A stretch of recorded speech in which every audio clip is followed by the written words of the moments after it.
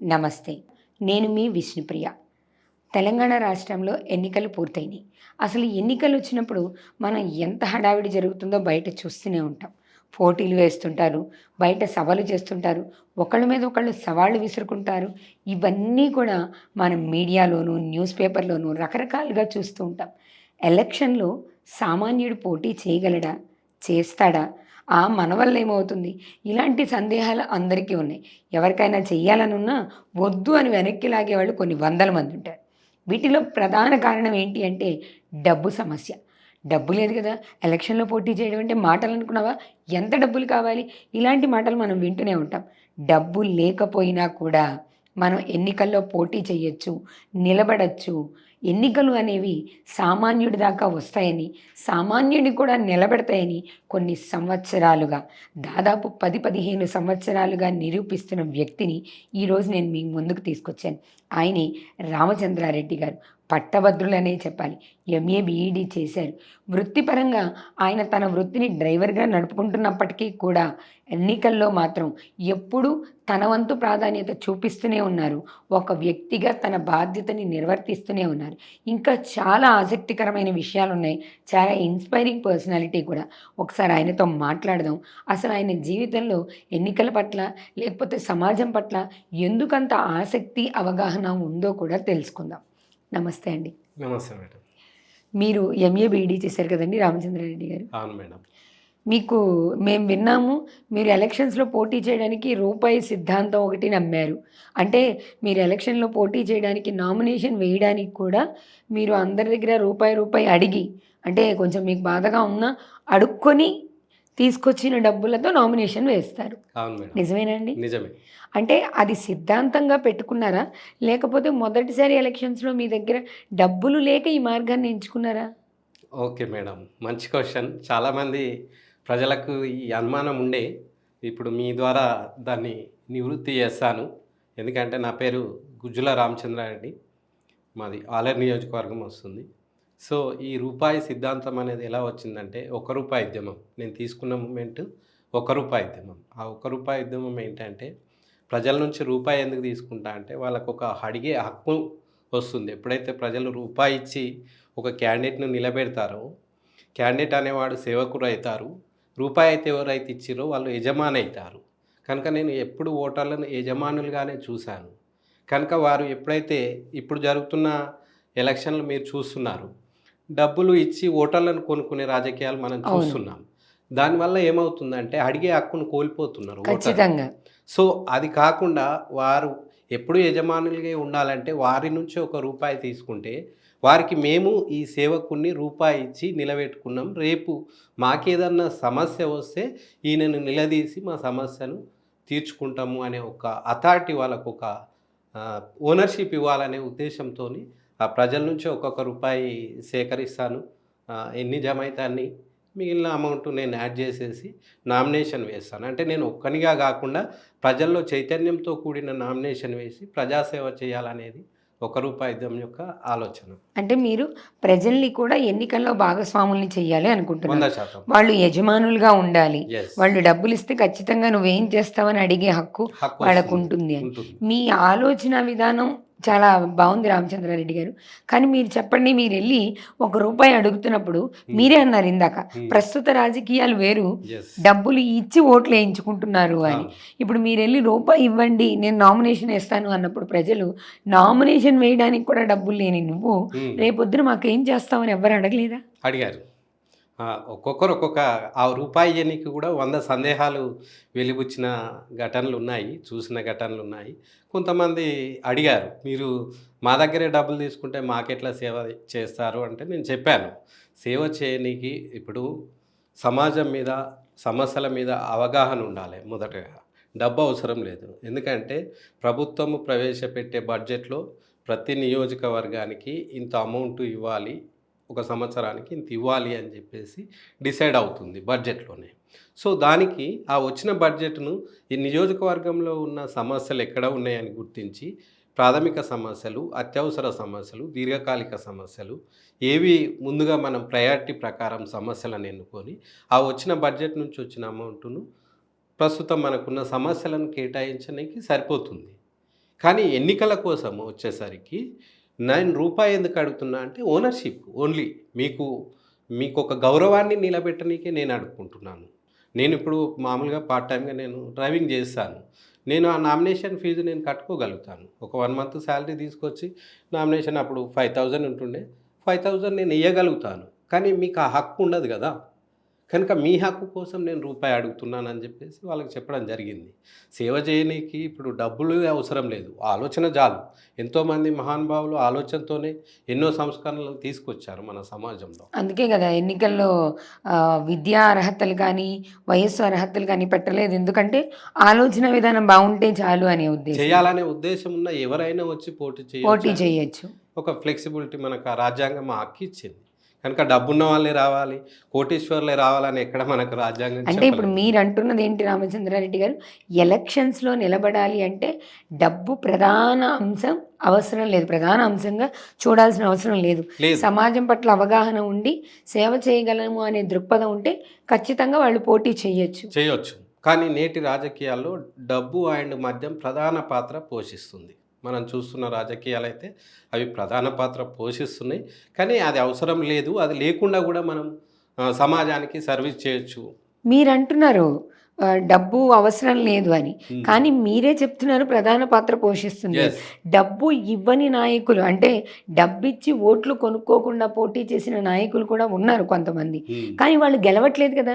మరి అలాంటప్పుడు డబ్బు ఇవ్వకపోతే, ఇప్పుడు మీరు మంచి ఉద్దేశంతోనే వస్తున్నారండి బయటికి, సమాజానికి సేవ చేయాలనే ఉద్దేశంతోనే వచ్చారు. కానీ సేవ చెయ్యాలి అంటే లోపలికి వెళ్ళాలి, అసెంబ్లీ లోపలికి. ఆ వెళ్లే క్రమంలో ఇక్కడ డబ్బు ఇవ్వని వాళ్ళు లోపలికి వెళ్ళే అర్హత కోల్పోతున్నప్పుడు ఈ సేవ చేయాలనే ఆలోచన పోతుంది కదా. మరి దాన్ని ఎలా తీసుకుంటారు రామచంద్ర? అందుకోసమే ఇప్పుడు మనము ప్రజాస్వామ్యంలో లేము. ఎవరమైతే మనము 8th క్లాస్లో ప్రజాస్వామ్యం అని ఒక డెఫినేషన్ సోషల్ చదువుకుంటాం, ప్రజల చేత ప్రజల కొరకు ప్రజలే ఎన్నుకుంటే ప్రజాస్వామ్యం అని చదువుకుంటాం. కానీ నడుస్తున్న ఈ ధనస్వామ్యం ఎలా ఉందంటే ధనం చేత ధనం కొరకు ధనమున్న వ్యక్తులు ఆడుతున్న ఆట అయింది. ఈ ఓటర్లు అందులో పావులయ్యారు. కనుక మనం ప్రజాస్వామ్యంలో లేము. We are not in a democracy, we are a moneycracy. ధనస్వామ్యంలో ఉన్నాము. కనుక తిరిగి మనం చదువుకున్న ప్రజాస్వామ్యాన్ని కళ్ళ చూడాలి, ఆ ప్రజాస్వామ్య ఫలాలు ప్రజలకు సమానంగా అందాలన్న ఒక ఆలోచనతోనే ₹1 ఉద్యమం స్టార్ట్ చేయడం జరిగింది. అందుకోసమే దాంట్లో ఆ చైతన్యంలో భాగంగానే ప్రజల నుంచి ₹1 తీసుకొచ్చి వారికి కూడా రాజకీయ అవగాహన కల్పిస్తూ సమస్యలను ఎలా తీర్చవచ్చు. నేను తన దగ్గరికి వెళ్ళినప్పుడు అడుగుతాడు, ఈ సమస్య ఉంది నువ్వు ఎలా చేస్తావు అని. సో వాళ్ళకి అవకాశం ఇచ్చి నేనేంటో తనకు తెలవాలి, వాళ్ళేంటో నాకు తెలవాలి. సో అందుకోసం మాకు ఒక బాండింగ్ ఉండాలి. ఆ బాండింగ్ ఉండాలంటే ఇంటరాక్ట్ కావాలి. ఆ ఇంటరాక్ట్ కోసం అని చెప్పేసి నేను ఇట్లా కాంటెస్ట్ చేస్తున్నా, మీకోసం చేస్తున్నా. సో మీరు ₹1 ఇవ్వండి, నాకు ఎక్కువ అవసరం లేదు, ఓన్లీ ఫర్ నామినేషన్. మీకు కూడా అనిపించాలి తనను మేమే రూపాయి ఇచ్చి నిలబెట్టినాం అంటే తన గెలుపులో మేము కూడా ఉన్నాం, భాగం అవుతున్నాం అన్న ఒక ఉత్సాహం వాళ్ళలో ఒక కొత్త ఆలోచన కావాలని చెప్పేసి కల్పించడం కోసం ఆ రూపాయి అడుక్కోవడం అనేది జరిగింది. ఇప్పటికి ఎన్నిసార్లు పోటీ చేశారు? ఏ ఎలక్షన్స్కి పోటీ చేశారండి? నేను 2009లో ₹1 ఉద్యమం ప్రారంభమైంది మేడం. మహానుభావుడు సుభాష్ చంద్రబోస్ జన్మదినం 23వ తారీఖు జనవరి 2009లో మా ఆలేరు కాన్స్టిట్యూషన్ వస్తుంది, యాదగిరిగుట్ట దగ్గర, ఇప్పుడు యాదాద్రి భువనగిరి జిల్లా. సో అక్కడ ప్రారంభించడం జరిగింది. సో కంటిన్యూషన్గా ఇది మొన్న 2023 4వ ఎమ్మెల్యే ఎన్నికలు కూడా పార్టిసిపేట్ చేయడం జరిగింది. 2014లో ఒకసారి జెడ్పీటీసీ కూడా చేశాను, రాజపేట మండలం. నా 10th క్లాస్ అక్కడే జరిగింది. సో అక్కడ కూడా పార్టిసిపేట్ చేయడం జరిగింది. సో అప్పుడు ఏంటంటే నేను ఒక సైకిల్పై నా యాత్ర ప్రారంభమైంది. ఎందుకంటే నేను పార్ట్ టైం జాబ్ చేసేవాడిని, అప్పుడే నా డిగ్రీ అయ్యింది. సో అప్పుడు అరౌండ్ నాకు 26 ఇయర్స్ అనమాట. సో అప్పటి వరకు మా కాన్స్టిట్యూషన్ ఎస్సీ రిజర్వ్డ్ కింద ఉంది. సో నేను చాలా రోజుల నుంచి ఎందుకో మొదటి నుంచి ఆ ప్రజాస్వామ్యం ఎప్పుడైతే డెఫినేషన్ చదువుకున్నానో తర్వాత ఉన్న పరిస్థితులను గమనిస్తే పూర్తి విరుద్ధంగా ఉన్నాయి. సో చదువుకున్నదేమో ఇది, బయటకు వస్తేనేమో ఇది కాదు కదా మనం చదువుకున్న చదువు అని చెప్పేసి దీన్ని ఇంప్లిమెంటేషన్ చేయాలి, ప్రజల్లో తీసుకెళ్ళాలి అనే ఉద్దేశం బలంగా ఉన్నది. చాలామంది నాయకుల గురించి, చాలా పార్టీల గురించి అప్పుడున్న నా అవగాహన మేరకు పరిశీలించడం జరిగింది. సో ఏ పార్టీ చూసినప్పటికీ కూడా అన్నీ యథా రాజా తదా ప్రజ అన్నట్టు వాళ్ళు కూడా మిగతా పార్టీలతోని డబ్బు రాజకీయాలకి ప్రాధాన్యత ఇవ్వడం జరిగింది. సో అది నాకు నచ్చలేదు. జెన్యూన్‌గా అది నాకు నచ్చలేదు. నచ్చక అలా కాదు, ఒక మంచి పర్సన్ ఒక ఆనెస్టీగా వచ్చి ఒక జీరో బడ్జెట్ అంటే అవినీతి రహిత ఎన్నికల కోసం ఎవరన్నా వస్తే వాళ్ళకి సపోర్ట్ చేయాలన్న ఆలోచన ఉండే మొదట. నాకు అదే. పోటీ చేయాలన్న ఆలోచన లేకుండే. సో అందరినీ స్కానింగ్ చేస్తూ ఆలోచించేసరికి, అవగాహన పెంచుకునేసరికి ఎవరు కూడా ధైర్యం చేయలేదు. సో ఓ రోజు ఇలాగే కొన్ని నిద్రలేని రాత్రులు గడుస్తుంటే నాకే ఓ రోజు మధ్యరాత్రి వచ్చింది. నువ్వే ఒక బాధ్యత గల పౌరునిగా నువ్వే ఎందుకు పోటీ చేయకూడదు అన్నప్పుడు నాకు ఒక్కసారి చాలా మైండ్ బ్లాక్ అయిపోయింది. అంటే అవినీతి రహిత ఆహ్, వ్యక్తుల కోసం వెతికే క్రమంలో మీకు ఎవరు దొరక్క నేనే ఎందుకు పోటీ చేయకూడదు అనే అంశం వచ్చింది. వచ్చింది. వచ్చేసరికి ఇది సాధ్యమా? ఎందుకంటే మీకున్న అభిప్రాయమే నాకుంది. ఎందుకంటే డబ్బు లేకుండా రాజకీయం చేయలేమని ఈరోజు చాలామంది యువత అదే అనుకుంటున్నారు. సో వాళ్ళలానే నేను ఒక యంగ్‌స్టర్‌నే గనుక నాకు సేమ్ అదే ఆలోచన వచ్చింది. ఈరోజు నడుస్తున్న రాజకీయాలు ఈ డబ్బు లేకుండా, మందు పంచకుండా నేను ఈ ప్రజాస్వామ్యాన్ని ఏ రకంగా తీసుకురాగలుగుతాను అని చెప్పేసి చాలా కలత చెందాను. అట్లా ఒక కొన్ని రాత్రులు నాకు నిద్ర పట్టలేదు. సో అప్పుడు నేను అనుకున్నది ఏంటంటే, సరే ఈ ఆలోచన వచ్చింది. ఇది సమాజం కోసమే వచ్చిందేమో చూద్దాం, నా వంతు ప్రయత్నం చేద్దాం ఏమవుతుందో అని చెప్పేసి భగవంతుని మీద భారమేసి ఆ ఆలోచనను ఇంప్లిమెంటేషన్ ఎలా చేయాలని చెప్పేసి ఒక పేపర్ తీసుకున్నాననమాట. సో ప్రతిరోజు కొన్ని ఆలోచనలు. నువ్వే పోటీ చేయాలి. నువ్వే పోటీ చేయాలంటే నేను ఒక పర్సన్‌ను. నేను పోటీ చేయాలంటే నాకు ఉండాల్సినవి ఏంటి అని చెప్పేసి అప్పుడు నా నియోజకవర్గంలో ఉన్న సమస్యలు కొన్ని సేకరించడం జరిగింది. సో నేను పోటీ చేస్తే ఏ రకంగా నేను ప్రజల్లోకి వెళ్ళాలి, క్యాంపెయినింగ్ ఎలా చేయాలి.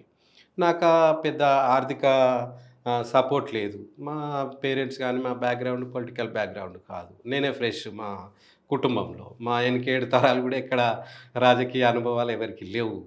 సో అయినప్పటికీ ఏంటి అని చెప్పేసి ఒక పేపర్ మీద చిన్నగా రాసుకుంటూ మేనిఫెస్టో తయారు చేసుకొని ఒక ప్రణాళిక వేసుకున్నాననమాట. సో ఏం లేవు. అయినప్పటికీ కూడా ఈ ఆలోచనను ప్రజల దగ్గరికి తీసుకెళ్ళాలనే ఒక బలమైన సంకల్పంతోని ముందుకు వెళ్ళే ప్రయత్నం చేశాననమాట. దాంట్లో భాగంగానే నేను రాస్తూ నాకు వెహికల్స్ లేవు. మరి క్యాంపెయినింగ్ చేయాలన్నా, ప్రజల్లోకి వెళ్ళాలన్నా ఏం చేయాలి అని చెప్పేసి అనేక ఆలోచనలు తర్జన భర్జన పడ్డ తర్వాత నాకొచ్చిన ఈవెన్ ఎవరన్నా వెహికల్ డొనేట్ చేసినా గానీ దానికి పెట్రోల్ పోసుకునేంత కెపాసిటీ నా దగ్గర లేదు. ఓకే.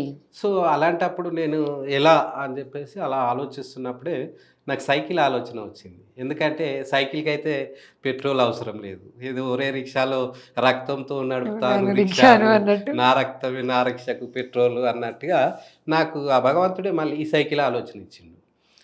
"నువ్వు వెహికల్ గురించి ఎందుకు ఆలోచిస్తావు? ఒక సైకిల్ మీద తిరగొచ్చు కదా" అన్నారు. హమ్మ! సైకిలా? సైకిల్ అంటే దాదాపు 200 విలేజ్‌లుంటాయి. 7 మండలాలుంటాయి. ఈ సైకిల్ మీద నేను ఎక్కడికి పోవాలి? ఎటు తిరగాలి? ఎక్కడ తినాలి? ఎక్కడ పడుకోవాలి? మళ్ళా దాని వెనుక అనేక సమస్యలు. వీటిని ఎలా రెక్టిఫై చేయాలని చెప్పేసి దాని మీద కూడా అనేక తర్జన భర్జనలు నడిచినాయి మనసులో. నడిచిన తర్వాత సైకిలేనే మనకు గత్యంతరం. ఇంకేం లేదు.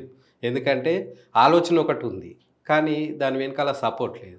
పెట్రోల్ అయినా కావాలిగా ఏదైనా కూడా. సైకిల్ పెట్రోల్ కాకుండా కావాలి. ఏది కావాలన్నా పెట్రోల్ కావాలి. పెట్రోల్ కావాలి. సో, పెట్రోల్ లేకుండా ఆర్థిక భారం పడకుండా మన ఆలోచనలు ప్రజల్లోకి అయితే తీసుకెళ్ళాలి. సో, దానికి అన్ని రకాలుగా ఆలోచిస్తే నాకు కనిపించింది సైకిల్ మార్గం. సో, అందుకోసం సైకిల్ తీసుకోవడం జరిగింది. ఒక పాత సైకిల్ ఉండే. దాన్ని రిపేర్ చేపిచ్చేసి దాన్ని ప్లాన్ చేసి నా సైకిల్ కూడా ప్రచారాలతో పాతదే. పాతదే. దాన్ని రిపేర్ చేపిస్తే రూ. 1146 ఏమో రిపేర్ అయింది. వాటికి అన్ని పౌడీలు కొని చిన్న చిన్నయన్నీ రిపేర్ చేపిచ్చేసి దాంతోని నా ప్రయాణం స్టార్ట్ అయింది. తర్వాత దానికి మరి ప్రజల్లోకి సైకిల్ తీసుకుంటాం బానే ఉంది. మరి సమస్యలను ప్రజల్లోకి ఎలా తీసుకెళ్ళాలి అని చెప్పేసి నియోజకవర్గంలో ఉన్న అప్పుడు ఫ్లోరైడ్ సమస్యలు కొన్ని ఉంటుండే. నిరుద్యోగ సమస్య ఉంటుండే. కొన్నిటిని మాకు తెలిసిన మిత్రుల నుంచి సేకరించి పాంప్లెంట్ రెడీ చేశాను. నా పేరు రామచంద్రారెడ్డి.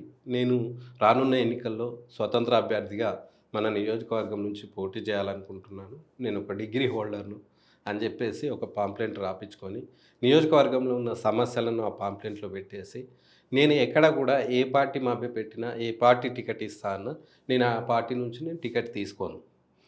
ఇండిపెండెంట్‌గా ఏదైతే మీకు అనౌన్స్ చేస్తున్నానో ఇండిపెండెంట్‌గానే పోటీ చేస్తాను. రేపు గెలిచిన తర్వాత ఇండిపెండెంట్‌గానే మీకు సర్వీస్ ఇస్తాను, సేవ చేస్తాను మన నియోజకవర్గానికి అని చెప్పేసి ఆ పాంప్లెంట్లు తీసుకొని ఆ సైకిల్ పైన ఒక కట్టెల బ్యాగ్ ఉంటుండే అనమాట. ఆ కట్టెల బ్యాగ్లో నేను తయారు చేసుకున్న పాంప్లెంట్లను అందులో పెట్టుకొని ఒక 2 డ్రెస్సులు, ఒకటి తొడుక్కోనికి, ఒకటి విడిస్తే ఉండనికి, 2 డ్రెస్సెస్, ఒక ప్లేటు, ఒక గ్లాస్ అన్నమాట. కట్టెల బ్యాగ్లో కొన్ని నా మేనిఫెస్టో పాంప్లెంట్స్. ఇదే నా జన చైతన్య రథం. ఆ సైకిల్ పైన ఆలేరులో స్టార్ట్ చేశాను. 23 జనవరి సుభాష్ చంద్రబోస్ జన్మదినం సందర్భంగా 2009లో స్టార్ట్ అయ్యాను. సో, నాకు లోకల్ మండలం వచ్చి యాదగిరిగుట్ట, రాజపేట. రాజపేట ఏందంటే నా 10th క్లాస్ అయిపోయింది అక్కడే. మా అమ్మమ్మోళ్ళ ఊరు రేణికుంట. ఓకే. సో, రేణికుంట నుంచి రాజపేటకు అవుతుండే. సో, నాకు కొంచెం తెలిసిన వాళ్ళు రాజపేట మండలంలో ఉన్నారు. అలాగే గుట్టలో కొంచెం తెలిసిన గ్రామాలు, రిలేషన్స్ ఉన్నారు. కానీ నాకు ఎందుకో అనిపించింది ఏంటంటే మేడం, ఈ తెలిసిన వాళ్ళ దగ్గరికి పోతే వాళ్ళు వాళ్ళలో ఉన్నది మొహమాటానికి పూర్తిగా మనకు చెప్పరు. కొన్ని దాచిపెట్టుకుంటారు. బాధపడతాడనో, కొందరు తెలియకూడదనో చెప్పేసి దాపరికాలు ప్రదర్శిస్తారు. అవును. సో, నాకది ముందుగానే నేను స్టడీ చేశాననమాట. సో, ఇలాంటిది ఉండకూడదు. నేను ఒక కొత్త ప్లేస్‌కెళ్ళాలి. తెలియని చోటుకెళ్ళాలి. వాళ్ళు ఏ రకంగా రిసీవ్ చేసుకుంటారు, నేను వాళ్ళని ఏ రకంగా మెప్పించగలుగుతా, ఒప్పించగలుగుతా అనే ఆలోచనతో నేను చేశాను. స్టార్ట్ చేయడం ఆలేరులో స్టార్ట్ చేసి గుండాలకెళ్ళాననమాట. యాక్చువల్‌గా మా నియోజకవర్గానికి అప్పుడు 7 మండలాలు. ఇప్పుడు మూటకొండూరు మండలంతో 8 అయ్యాయి. సో, గుండాల మా నియోజకవర్గంలో ఒక మండలం. గుండాల, ఆత్మకూరు, ఆలేరు, గుట్ట, బొమ్మల రామారం, రాజపేట 7. అయితే తెలువని మండలం గుండాల నాకు. అప్పటి వరకు ఏ పరిచయం లేని మండలం అనమాట. సో, అక్కడికి వెళ్ళాను. ఆ రోజు నేను వెళ్ళేసరికి నైట్ అయింది. అక్కడ ఒక టెంపుల్, సాయిబాబా టెంపుల్ ఉంటుండే. సో, ఆ రోజు నైటు ఎందుకంటే కొత్త ప్లేసు, కొత్త ఊరు, ఎవరు తెలియదు.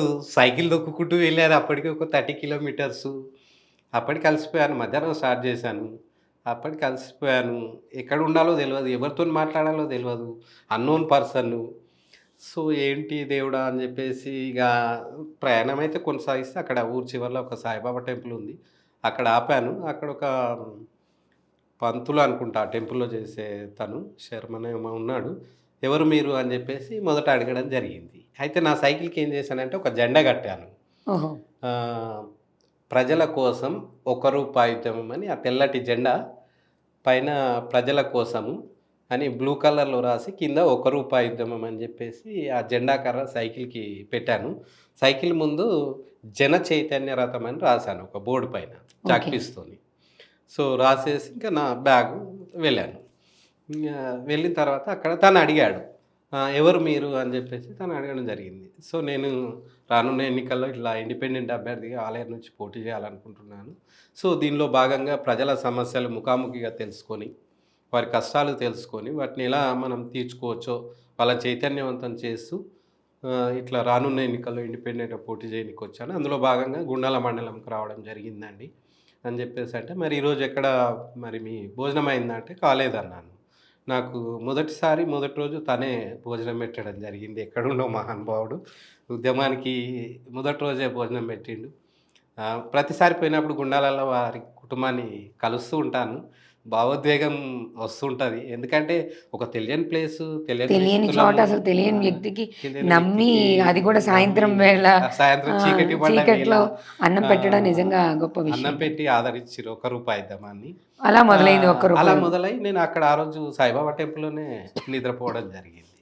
సో, అలా ఆ మండలంలో ఉన్న లిస్ట్ చేసుకుంటానన్నమాట. ఆ మండలం పోయిన తర్వాత ఈ మండలంలో ఎన్ని గ్రామాలు వస్తున్నాయి అని చెప్పేసి ఆ గ్రామాలన్నిటిని బుక్‌లో రాసుకునేవాడిని. రాసుకొని రూట్ మ్యాప్ వేసుకొని రోజు ఒక 3, 4 గ్రామాలు అలా తిరుగుతూ కలిసిన వాళ్ళందరికీ నేను తయారు చేసుకున్న మేనిఫెస్టో పాంప్లెంట్ ఇస్తూ మీరు ₹1 ఇవ్వండి అని చెప్పేసి ఒక నోట్‌బుక్ కూడా పెట్టుకున్నాననమాట.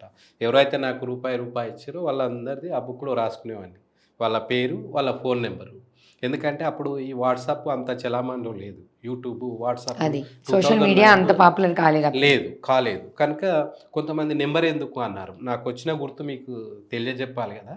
అందుకోసం మీరు నెంబర్ ఇస్తే మీరు ఇచ్చిన రూపాయికి ఏ గుర్తు వచ్చిందనేది మీకు చెప్పనీకి అని చెప్పేసి అందరిది ఇచ్చిన వారి కలిసిన వాళ్ళ నెంబరు, రూపాయి ఇచ్చిన వాళ్ళది, ఇయ్యని వాళ్ళది కూడా పేరు, ఫోన్ నెంబరు రాసుకుంటూ అలా నా ₹1 ఉద్యమ ప్రయాణం గుండాల మండలం, తర్వాత ఆత్మకూరు మండలం, అలా ఒక 71 డేస్ మేడం.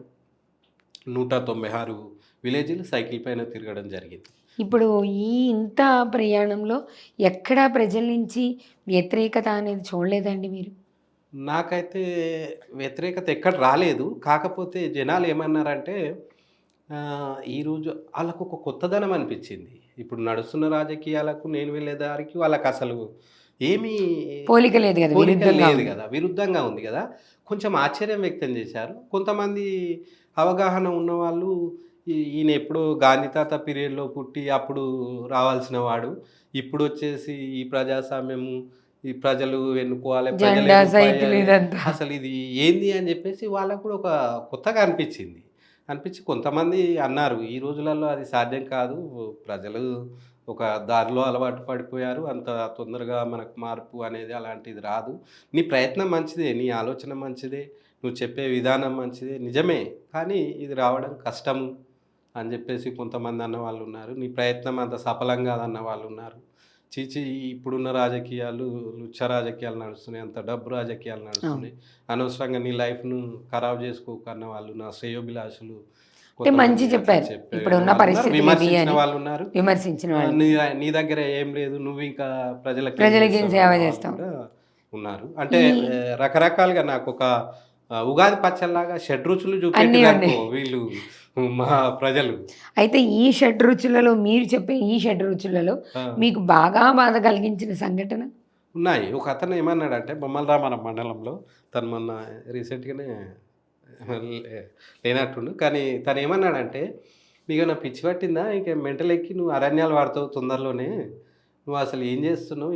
ఇదా రాజకీయము? మంచిగా మందినేసుకోవాలి, మంచిగా తాపియాలి, వెహికల్స్ పెట్టాలి, మంది మార్బలంతోని రావాలి.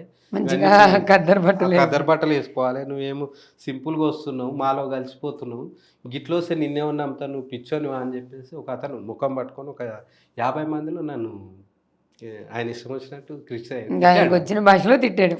తను తిట్టాడు. కానీ ఆ రోజు నాకు కూడా ఎందుకో కోపం రాలేదు.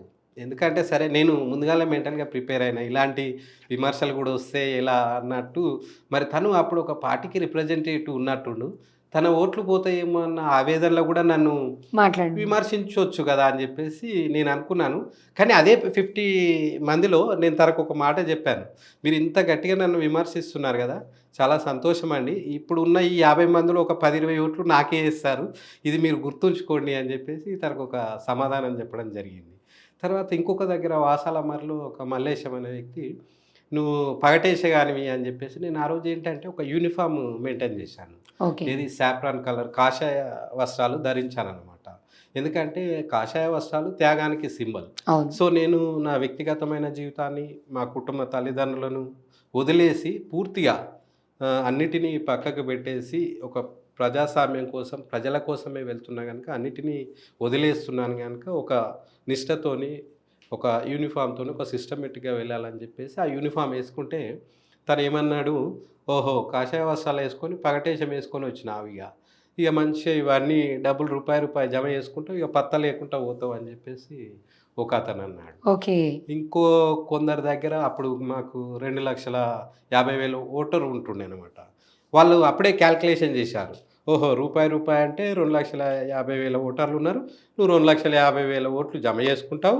ఇక మంచిగా నీకు లాభం పడతది, కూలి పడతది, నువ్వు వెళ్ళిపోతావు అని చెప్పేసి ఇట్లా అందరిని అడిగి 2,50,000 డబ్బులొస్తాయి. ఆ! ఇక డబ్బులు తీసుకొని నువ్వు కానీ వెళ్ళిపోతావు. రూపాయి అయితే ఇయ్యలేదు. కానీ 2,50,000 గురించి మాత్రం లెక్క అయితే క్యాలిక్యులేషన్ చేశాడు. అవి నాకొచ్చినట్టుగా, నా గల్లలో పడ్డట్టుగా, నేను బ్యాంకులో ఏసుకున్నట్టు, ఏటో పోయినట్టుగా అట్లా కూడా విమర్శించిన వాళ్ళున్నారు. అలాగే ఉద్యమాన్ని ఆదరించిన వాళ్ళున్నారు. నేను వెళ్తూ సైకిల్ వెళ్తున్న క్రమంలో ఒక బర్రెలు గార్చుకుంటున్న వాళ్ళని, గొర్రెలు గార్చుకుంటున్న పెద్ద మనుషుల దగ్గర కూడా సైకిల్ ఆపి రోడ్డు దిగి వెళ్ళేవాడిననమాట. వెళ్ళి ఈ పెద్ద మనిషి, "నమస్తే, నా పేరు ఇది. నేను ఇట్లా వస్తున్నా, మరి ఇట్లా ఉద్యమం స్టార్ట్ చేసిన. దీనికోసం మీరు ఒక రూపాయి ఇస్తారా" అని చెప్పేసి నా పాంప్లెంట్ ఇస్తే, "అయ్యా నాకు ఈ పాంప్లెంట్‌లా ఏం రాసినావో నాకైతే తెలవదు. నేను అప్పుడు చదువుకోలేదు. కానీ నువ్వు ఒక రూపాయి ఇస్తావా అన్నందుకు, సరే నువ్వు ఏదో మంచి చేస్తావు, చదువుకున్నోనివి అని చెప్పేసి నమ్ముతున్నాను. కనుక నేను ఇస్తాను" అని చెప్పేసి అని తను రుమాలు కట్టుకున్నాడనమాట. బర్ల కాడికి పోయే వాళ్ళు పెద్ద మనుషులు అది తలపాగం. కట్టుకుంటారు. తలపాగా కట్టుకుంటే ఆ తలపాగను తీస్తే అందులో ఒక మూట ఉంటది తనకు. ఆ మూట నుంచి ఇప్పేసి ఒక రూపాయి ఇచ్చిండనమాట. అప్పుడు అనిపించింది అలాంటి సంఘటనలు ఉద్యమానికి ఒక ఊపునిచ్చేది, ఒక ఆత్మవిశ్వాసాన్ని పెంపొందించేది. ఏమనిపించింది రామచంద్రారెడ్డి గారు అలా చూసినప్పుడు? అంటే అసలు చదువుకున్న వాడి కంటే కూడా ఇప్పుడు చదువుకున్నవాడు రూపాయి ఇవ్వకుండా లెక్క కట్టి లెక్క ఈ కట్టాడు. లెక్క కట్టి విమర్శించగలిగే వాడి కంటే ఏ లెక్కాపత్రం లేకుండా నన్ను నమ్మి రూపాయి ఇచ్చిన వాడు గొప్పగా. వీళ్ళిద్దరిలో ఎవరు మీకు సరైన వాళ్ళగా అనిపించారు? చదువుకున్నప్పటికి కూడా సమాజం మీద ఒక మంచిని ఆలోచిస్తున్నాడు అన్నప్పుడేమో సంతోషం వచ్చేది. ఈ చదువుకున్న వాళ్ళు ఈ రకంగా అన్నప్పుడు వీళ్ళు ఇంకా తెలుసుకోవాల్సింది చాలా ఉంది, పాపం వీళ్ళు అమాయకులు అని చెప్పేసి జాలి వేసేది. తర్వాత ఇలాంటి సంఘటనలు ఇంకొక దగ్గర ఇంకో అమ్మ ఏం చేసిందంటే అగ్గిపెట్టెలో దాచుకున్న రూపాయి బిళ్ళ తీసుకొచ్చి ఇచ్చింది. అది నాకు ఇంకా బాగా గుర్తుంది. ఒక ఆమె కొంగు నుంచి విడిచి రూపాయి బిళ్ళ ఇచ్చింది. ఇలాంటి సంఘటనలు చూస్తేనేమో ఒక రకంగా అనిపించేది. వీళ్ళు మీరు అన్నట్టు చదువుకున్న వాళ్ళు క్రిటిసైజ్ చేస్తే ఒక రకంగా మనసు కలత చెందేది. కలత చెందిన తర్వాత ఆ ఊరు బయటకు పోయినాక ఒక చెట్టు కింద కూర్చునేవాడిని. ఇలా వచ్చింది ఏం చేయాలి అని చెప్పేసి మళ్ళీ నన్ను నేనే ప్రశ్నించుకునేవాడిని, అనలైజ్ చేసుకునేవాడిని. అప్పుడు ఈ సంఘటనలు గుర్తుకొచ్చేది. ఓహో, నేను చేస్తుంది పేద ప్రజానీకం కోసం.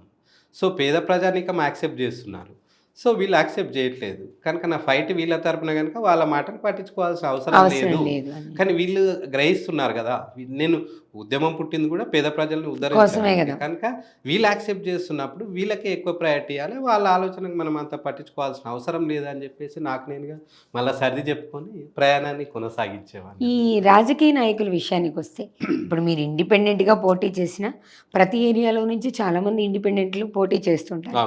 కానీ మీ ఉద్యమం కొంచెం మీది ఇండిపెండెంట్గా పోటీ చేయడం అనేది ఒక ప్రత్యేకమైన పందా కదా, మీరు ఉద్యమంతో పోటీ చేస్తున్నారు కదా. మరి రాజకీయ నాయకుల నుంచి మీరు ఏ ప్రతికూల పరిస్థితులు ఎదుర్కోలేదా?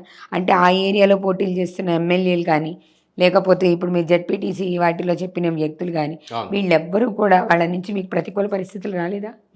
ఇది ఏమైంది అంటే నేను స్టార్ట్ చేసినప్పటికీ నేను ఒక అన్నోన్ పర్సన్, అనామకుని, నాకు పెద్ద ఇది లేదు కానీ నన్ను ఎవరు పట్టించుకోలేదు ముందు. తర్వాత ఏమైందంటే నేను కంటిన్యూషన్ జర్నీ చేసేసరికి జనాలలో ఒక చర్చ స్టార్ట్ అయిందనమాట. అరే, ఒక వ్యక్తి అంట, యువకుడు ఇట్లా సైకిల్ వేసుకొని ఇండిపెండెంట్ అభ్యర్థిని అంట ప్రచారం చేస్తుండు, ప్రతి గ్రామం తిరుగుతుండు, రూపాయి తీసుకుంటుండు అని చెప్పేసి ఆ నోట ఈ నోట చాలా జనాల్లోకి కొంచెం మెసేజ్ వెళ్ళిపోయింది. అనౌన్స్ వెళ్ళిపోయేసరికి అప్పుడు కొంచెం నాకు ఆఫర్స్ రావడం కూడా జరిగింది. మీరు అన్నట్టుగా అప్పుడు 2009 ప్రజారాజ్యం కూడా ఉంటుండే. అవును. సో అప్పుడే కొత్తగా ప్రజారాజ్యం పార్టీ ఉమ్మడి రాష్ట్రం అప్పుడు సో కొంతమంది అంటే ఇక డైరెక్ట్ ఇప్పుడు పార్టీ పేర్లను ప్రస్తావించను కానీ కొంతమంది నన్ను ప్రయత్నం చేశారు. నీలో మంచి ఆలోచన ఉంది, మంచి మాట్లాడే తత్వం ఉంది, చదువుకున్నావు, సమాజం మీద అవగాహన ఉంది, నీలాంటి వాళ్ళు మా పార్టీలకు రావచ్చు కదా అని చెప్పేసి కొన్ని పార్టీలు సానుకూలంగా ఆహ్వానించారు. కొంతమంది నువ్వు నాకు సపోర్ట్ చేస్తున్నట్టుగా ఒక ప్రకటన ఇస్తే నీకు ఏదన్నా ఇస్తాను, చెప్పు, నీకేమన్నా కావాలంటే ఆశ చూపెట్టారు, మభ్యపెట్టే ప్రయత్నం చేశారు, రకరకాలుగా నన్ను కూడా కొనే ప్రయత్నం చేశారు. నేను చెప్పాను వాళ్ళకు, నేను ఏదో బతకలేకను, లేకుంటే నేను ఏదో డబ్బు కోసము. నాకు ఇక్కడ ఒకటి చెప్పండి, ఇప్పుడు మీకు పార్టీలు మీకు ఆశ చూపించినాయి, అలాగే కొంచెం మభ్యపెట్టే ప్రయత్నం చేసినాయి, ఆహ్వానం పలికినాయి. దీంట్లో మీరు ఏ పార్టీని అంగీకరించకపోవడానికి కారణం ఏంటి? మీ సిద్ధాంతాలు ఆ పార్టీలో లేవనా, లేకపోతే అసలు ఏ పరిస్థితుల్లోనూ కూడా ఏ జెండా కింద నుంచి పోటీ చేయకూడదు, నేను ఎప్పుడూ స్వతంత్ర అభ్యర్థిగానే పోటీ చేయాలి అని బలంగా పెట్టుకున్నారు? ఈ రెండిట్లో ఏది కారణం మీరు ఏ పార్టీలోకి వెళ్ళకపోవడానికి? ఓకే, మెయిన్ కారణం ఏంటంటే ఈ పార్టీ ఆ పార్టీ అని ఏం లేదు, అన్నీ ఆటాను ముక్కలే. ఎందుకు అంటే ఇక్కడ ఆ మధ్యకాలంలో నేను ఒక సాంగ్ విన్నాను, ఎవడైతే ఏందిరో చెట్టు మీది కొంగలే, జనం సొమ్ము తినమరిగిన బటేవాజి దొంగలే అని చెప్పి నేను ఒక సాంగ్ వినడం జరిగింది. సో ఆల్మోస్ట్ ఈ పార్టీ ఆ పార్టీ అనేది కాదు, ఏ పార్టీ అయినా ప్రజలను మభ్యపెట్టే పార్టీలు ఏవైనా మోసపూరిత పార్టీలే, వాటి వల్ల ప్రజలకు ఉపయోగం ఉండదు. ఏ పార్టీ తీసుకున్నా ప్రతి ఎన్నికలలో డబ్బులు, మద్యము విచ్చలవిడిగా పంచుతున్నారు. సో అలాంటి పంచుతున్న ఏ పార్టీ అయినా నాకు వ్యతిరేకమే కదా, నా సిద్ధాంతానికి వ్యతిరేకమే కదా. వాళ్ళు ఇప్పుడు మీరు చూడండి, ప్రజెంట్ ఎన్నిక కానీ గత ఎన్నిక కానీ ఏ పార్టీ అన్నా పార్టీ కార్యకర్త ఒక 30-40 ఏళ్ళ నుంచి జెండా మోస్తున్న కార్యకర్తలు ఉన్నారు ప్రతి పార్టీలో. అవును. కానీ ఒక ఆర్థిక బలం లేని, డబ్బు లేని, ఒక నిజాయితీ ఉన్న ఒక కార్యకర్తకు టికెట్ ఇచ్చి గెలిపించుకున్న పార్టీలు ఏ ఒక్కటి లేదు మన రాష్ట్రంలో కానీ దేశంలో కానీ. సో అలాంటప్పుడు నేను ఇంకా ఆ పార్టీలోకి పోయేసి నా సిద్ధాంతాన్ని ఇంప్లిమెంటేషన్ చేయలేను కదా. వాళ్ళు ఎంతసేపు నా నాలెడ్జ్ని వినియోగించుకోవాలి, వాళ్ళ పార్టీని పెంచుకోవాలనే ప్రయత్నం చేస్తారు తప్ప జనాలకు న్యాయం జరగదు అనిపించింది. అందుకని మీరు ఏ కనుక ఆశ నేను చూపించినా ఎవరు ఆహ్వానించినా వాటన్నిటినీ కాదన్నారు. నాకు అలా వెళ్ళుంటే నాకు పదవులు వచ్చేది, పబ్లిసిటీ వచ్చేది, అమౌంట్ వచ్చేది, ఎన్నో వచ్చేది. ఏదో నేను ఇక వాళ్ళకి చెప్పాను, నిర్మోహమాటంగా చెప్పాను, మీరు ఇప్పుడు కాదు ఇంకెప్పుడైనా సరే సుభాష్ చంద్రబోస్కు పుట్టుక మాత్రమే ఉంది, చావు లేదు. అలాంటిదే ఒక రూపాయి ఉద్యమం కూడా ప్రజల కోసం పుట్టింది, రేపు ప్రజల కోసమే చనిపోతుంది తప్ప పార్టీల కోసం అమ్ముడుపోయే ఉద్యమం కాదు ఇది. మీరు ఎన్ని ప్రయత్నాలు చేసినా నేను అమ్ముడు పోను, నేను ప్రజల్లో చైతన్యం కోసం చేస్తున్నా, ఇది నా వ్యక్తిగతమైంది కాదు, సమాజం యొక్క చైతన్యం కోసం చేస్తున్నా కనుక మీ ప్రయత్నాలు ఫలించవు అని చెప్పేసి చెప్పారు. నిర్మోహమాటంగా సున్నితంగా ఎవరికి ఇబ్బంది పెట్టకుండా ఈ చెప్పడం జరిగింది. 4 సార్లు దాదాపు ఈ 15 సంవత్సరాల్లో 4 సార్లు 5 సార్లు మీరు పోటీ చేశారు. అవును, మరి ఒక్కసారి కూడా విజయం వరించింది లేదు. విజయమే కదా. ఇప్పుడు సరే మీకు అంకెల గారడిలో చూస్తే విజయం కాకపోవచ్చు. అంటే ఇప్పుడు ప్రజా ఉద్దేశంతో చూద్దాం రామచంద్రారెడ్డి గారు. ఓకే, ప్రజల దృష్టిలో గెలుపంటే ఆ, మెజారిటీ రావాలి, yes, yes, yes. ఎమ్మెల్యే మీరు కావాలి. మీరు అన్నది నాకు ఇప్పుడు అర్థమైంది. ఏంటంటే మీ ఏంటంటే ఉద్యమం ఇప్పుడు దృష్టిలో మీరు గెలిచారు. ఆ, నేను చెప్తున్నా ఆ, ఇప్పుడు ప్రజల దృష్టిలో yes, yes. పార్టీలు ప్రజల దృష్టిలోనే, ఇప్పుడు పార్టీలను మనం అనద్దు, అవును, ప్రజల దృష్టిలో అవును, గెలుపంటే మనకి అవును. మెజారిటీ రావాలి, అసెంబ్లీ దాకా వెళ్ళాలి. అవును, ఏ ఉద్దేశంతో సేవ చెయ్యాలి అని మొదలు పెట్టారో ఉద్యమానికి, మరి సేవ చేసే అవకాశం ఇప్పటిదాకా ఆ రూపాయి ఇచ్చిన ప్రజలు ఇవ్వలేదు కదా. అవును, ఒకసారి కానీ రెండోసారి కానీ ఓటమి చూసిన మీకు yes. ఇది నాకెందుకు అంటే అనిపించాలి వాస్తవంగా, ఉమ్, నా కోసం కాదు ఇది. ఉమ్, నేను వెళ్ళి ఒకళ్ళని అడుక్కోవడానికి అవును, నాకు ఒక వృత్తి ఉంది, నాకు చదువు ఉంది, నేను పని చేసుకోవచ్చు. నన్ను నా కుటుంబాన్ని పోషించుకోవడానికి వృత్తి ప్రవృత్తి రెండు నా దగ్గర ఉన్నాయి. అవును, మరి నేను ఎవరి కోసం అడుక్కుంటున్నాను? ప్రజల కోసం, వీళ్ళకి సేవ చేయడం కోసం కదా. మరి వీళ్ళే నన్ను అర్థం చేసుకొని గెలిపించలేదు కదా, ఉమ్. నేను ఎందుకు మళ్ళీ ఈ ప్రయత్నం చేయాలి అని 3వ సారో 4వ సారో మీకు నిరుత్సాహం రాలేదా?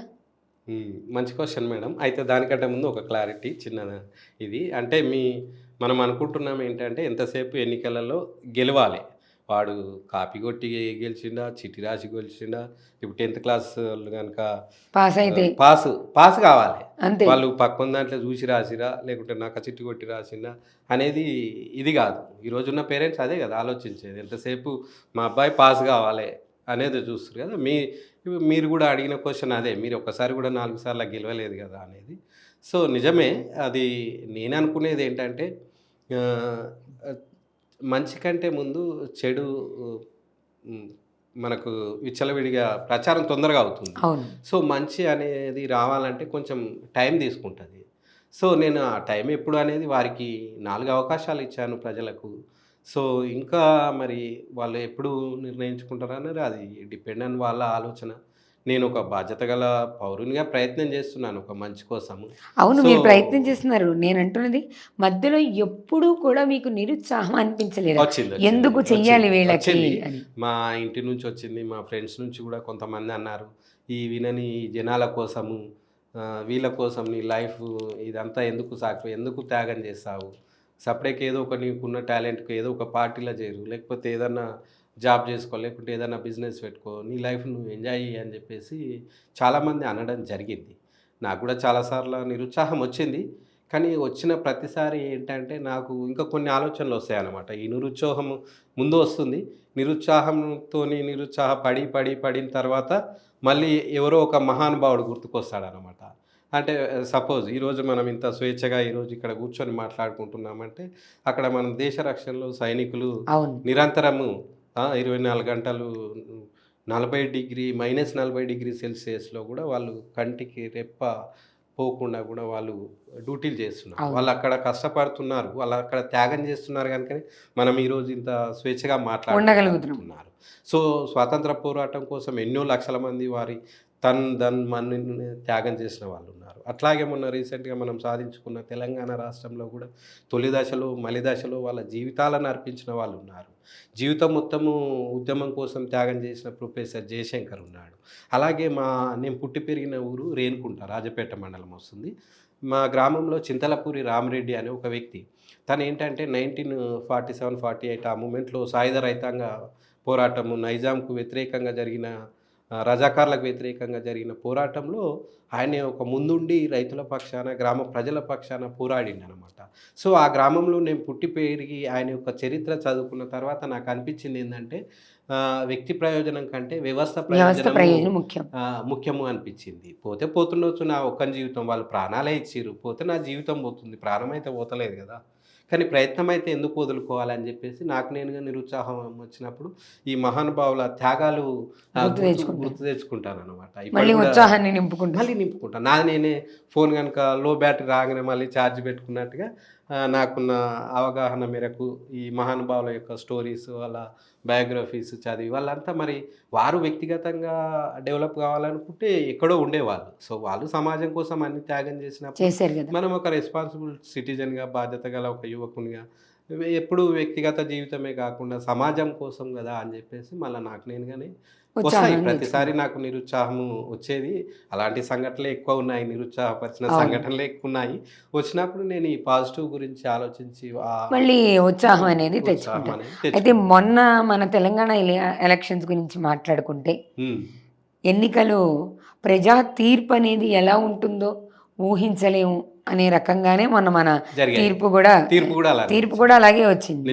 ఎందుకంటే నాయకులు, మహానాయకులు కూడా వాళ్ళ అంచనాలని ప్రజలు తారుమారు చేశారు. ఇప్పుడు మొన్న ఎలక్షన్స్లో మీ ఈ 15 సంవత్సరాల రాజకీయ అనుభవం మిగతా రాజకీయ నాయకుల కంటే మీకు ఎక్కువ ఉందని అనుకుంటున్నాను రామచంద్రారెడ్డి గారు. ఎందుకంటే మీరు ఇంటింటికి వెళ్ళారు, వ్యక్తుల్ని కలిశారు. ఇక్కడ వ్యవస్థని చూసి మాట్లాడే వాళ్ళు వేరు, మీరు వ్యక్తుల్ని చూశారు కదా. మరి అలా చూసిన అనుభవం ఉన్న వ్యక్తిగా మొన్న వచ్చిన ఫలితాలలో ప్రజలు చెప్పిన తీర్పు దేనిని సూచిస్తుందంటారు? ఇప్పుడు కూడా మీరు మద్యానికి లేకపోతే డబ్బుకి అమ్ముడుపోయి చెప్పిన తీర్పా ఇది? ప్రజా తీర్పుని సమర్థిస్తున్నారా, వ్యతిరేకిస్తున్నారా? ఇది ఖచ్చితంగా వ్యతిరేకించాల్సిందే, నిర్మోహమాటంగా వ్యతిరేకించాల్సిందే. ఒక పెద్ద దొంగను తప్పించి చిన్న దొంగకు అవకాశం ఇచ్చిరు అనేది అనుకోవచ్చు. ఇందులో ఎలాంటి వివాదం లేదు. ఎందుకంటే గత్యంతరం లేని పరిస్థితిలో ఇంకా ప్రభుత్వము వీళ్ళని ఎన్నుకున్నారు ప్రజలు.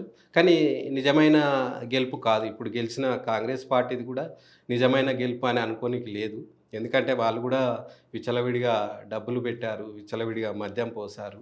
సో వాళ్ళు కూడా మభ్యపెట్టే గెలిచారు. వాళ్ళు ఎక్కడ కూడా చైతన్యం చేసి గెలవలేదు. ఎందుకంటే అక్కడ ఒక 9.5 సంవత్సరాలు వారి పాలన చూసిరు కనుక విసిగిపోయిన ప్రజలు ఇంకొక ఆల్టర్నేటివ్ ఎంచుకునే క్రమంలో వీరికి అవకాశం ఇచ్చారు. కానీ ఇది నిజంగా ప్రజాస్వామ్యం గెలుపు కాదు, నిజంగా ఒక పార్టీకి అవకాశం ఇవ్వాలి అనే ఉద్దేశంతో వచ్చింది తీర్పే కానీ వీళ్ళు మంచి చేస్తారు అని నమ్మకంతో ఇచ్చిన తీర్పు కాదు. నమ్మకంతో ఇచ్చిన తీర్పు కాదు. ఇక్కడ ఉన్న ఇద్దరిలో ఒకరికి ఇచ్చేసే అవకాశం ఇంకొకరికి ఇవ్వాలి. ఇద్దరు దొంగలు ఉన్నారు మేడం. సో వాడు గజ దొంగ, వాడు బర్రెలు తినేటోడు ఉండు, వాడు గొర్రెలు తినేటోడు ఉండు. ఇక ఈ బర్రెలు తినేటోడు ఇంకెందుకు తీయ అని చెప్పేసి ఒక గొర్రెలు తినేటోడికి ఇచ్చారు. అంతే తప్పించి వీళ్ళేదో న్యాయం చేస్తారన్న నమ్మకంతో చెయ్యరు కూడా మేడం, చెయ్యరు. వీళ్ళు న్యాయం చేసేటోళ్ళు కాదు ఈ పార్టీలు. ఎందుకు అంటే ఎప్పుడైతే ప్రజలను మభ్యపెట్టి గెలుస్తున్నారో, అంకెల గాడరీ చూపెట్టి ఓట్లు దండుకుంటున్నారో వీళ్ళు ఎప్పుడు కూడా ప్రజలకు న్యాయం చేయరు. మీరు అన్నది నిజమేనండి. ఇప్పుడు ప్రజల్ని మభ్యపెడుతున్నారు అని మీరు అంటున్నారు. అసలు ఈ మద్యం, ధనం అనే విషయానికి దూరంగా పార్టీలు పెట్టిన వ్యక్తులు కూడా మన తెలంగాణలో ఉన్నారు. చదువుకున్న పట్టభద్రులు, ఐఏఎస్లు పార్టీలు పెట్టారు. పెట్టి వాళ్ళు రూపాయి కూడా జనానికి ఇవ్వకుండా ఎలక్షన్స్లో పార్టిసిపేట్ చేశారు. మరి ఎన్నికల్లో ప్రజలు వాళ్ళని నమ్మలేదు కదా. అవును, అదొకటి ప్రాబ్లం ఎక్కడ వస్తుందంటే మేడం, ఈ ఓటర్లు నిరక్షరాస్యులు ఈ అమాయకత్వాన్ని, ఈ బీదరికాన్ని ఆసరా చేసుకునే ఈ పార్టీలు చాలా లాజిక్గా వెళ్తున్నాయి. ప్రతి పార్టీ కూడా బలహీనత మీద దెబ్బ కొడుతున్నాయి. ఏంటంటే కానీ మీరు ఇప్పటికి కూడా ఓటర్లు అమాయకులు అని అంటారా? ఇప్పుడు ఓటర్లు అమాయకులు అంటారా? ఒక రకంగా చూస్తే అమాయకులు అని చెప్పొచ్చు, ఒక రకంగా చూస్తే అతి తెలివిమంతులు అని కూడా. ఇక్కడ రాజకీయ నాయకుల కంటే తెలివిగా వ్యవహరిస్తున్నారు ఓటర్లు. కొన్ని సందర్భాలలో, కొన్ని ఏరియాలలో వ్యవహరిస్తున్నారు నిజమే. కానీ అయినప్పటికీ కూడా వాస్తవాన్ని తెలుసుకోని వాళ్ళు ఎవరైనా కూడా అమాయకులే నా దృష్టిలో. అదేలేండి. ఎందుకంటే నిజాన్ని తెలుసుకోలేని వాళ్ళు ఆ ఎవరు క్షణానికి సంతృప్తి సంతృప్తి పడిపోతున్నారంటే పడే వాళ్ళు అమాయకులని. ఎవరైనా కానీ నా దృష్టిలో అమాయకులుగానే భావిస్తాను. ఎందుకంటే వారికి ఆ సత్యం గోచరించినాడు ఇవన్నీ కూడా పటాపంచలు అవుతాయి. కనుక అమాయకుల నా దృష్టిలో అమాయకులే వాళ్ళు. సరే, ఇప్పుడు మీలాగా చాలా మంది ఇండిపెండెంట్లుగా పోటీ చేసిన Yes. వాళ్ళు వ్యక్తులు మీకు తెలుసుంటారు ఈ 15 ఏళ్ళు. అవును. ఈ మధ్య మొన్న జరిగిన ఎలక్షన్స్లో అయితే మన బర్రెలక్క ఉమ్, శిరీష ఉమ్, ఆవిడ ఆవిడ ఒక ప్రభంజనంలాగా ఒక ఇండిపెండెంట్ అభ్యర్థిగా అధికార పార్టీకి చాలా బాగా ఆ, అంటే గట్టి పోటీనిచ్చారు అనే దిశగా అన్నీ చూపించినాయి. జనాలు కూడా ఆ అమ్మాయిని అదే స్థాయిలో నిలబెట్టే ప్రయత్నం చేశారు. మరి ఉమ్. ఆవిడని అది నిలబెట్టుకోవడంలో తన లోపం జరిగిందా, లేకపోతే ప్రజలు తీర్పు చెప్పడంలో లోపం జరిగిందంటారా? ఒక ఇండిపెండెంట్ అభ్యర్థిగా, స్వతంత్ర అభ్యర్థిగా చెప్పండి శిరీష గురించి. ఒక ఒక యంగ్స్టర్గా ఒక పాలిటిక్స్లోకి రావాలి అనే ఆలోచన రావడం, దాన్ని ఇంప్లిమెంటేషన్ పోటీ చేయడం వరకు అయితే ఓకే మేడం, అంతవరకు. కానీ తను ఇంకా సమాజం మీద ఫస్ట్ ఒక మేనిఫెస్టో రెడీ చేసుకోవాల్సింది, సమస్యలను సేకరించాల్సింది, ఆ సమస్యల మీద ఫైట్ చేయాల్సింది. కాకపోతే ఆమెకు బ్యాక్గ్రౌండ్ సోషల్ మీడియాతోని ముందుకు వచ్చింది. దాన్ని మీలాంటి మీడియాలు కూడా బాగా హైప్ చేశారు. నేను 2009 నుంచి నేను చేస్తుంటేనేమో నన్ను పట్టించుకున్న మీడియా లేదు, ప్రింట్ ఆగండి రామచంద్రారెడ్డి గారు, ఇప్పుడు మీడియా పట్టించుకోలేదు అని అనడానికి ఎక్కడ ఉంటుంది?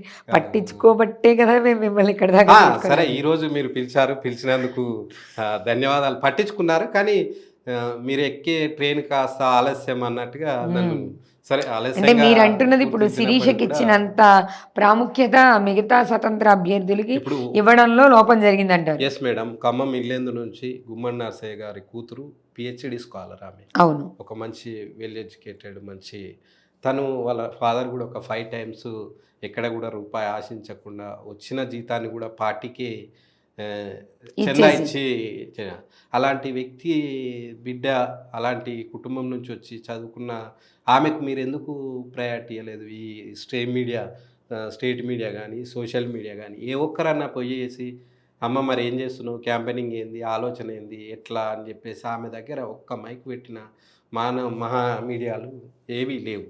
ఆమె కనీసం, సరే నేను ఆమె విమర్శించట్లేదు, ఆమెను ఒకరు చూసి ఒకరు ఆమెను ఏదో హైప్ చేశారు కానీ మీరు చెప్పండి, మీరు అన్నది నిజమే.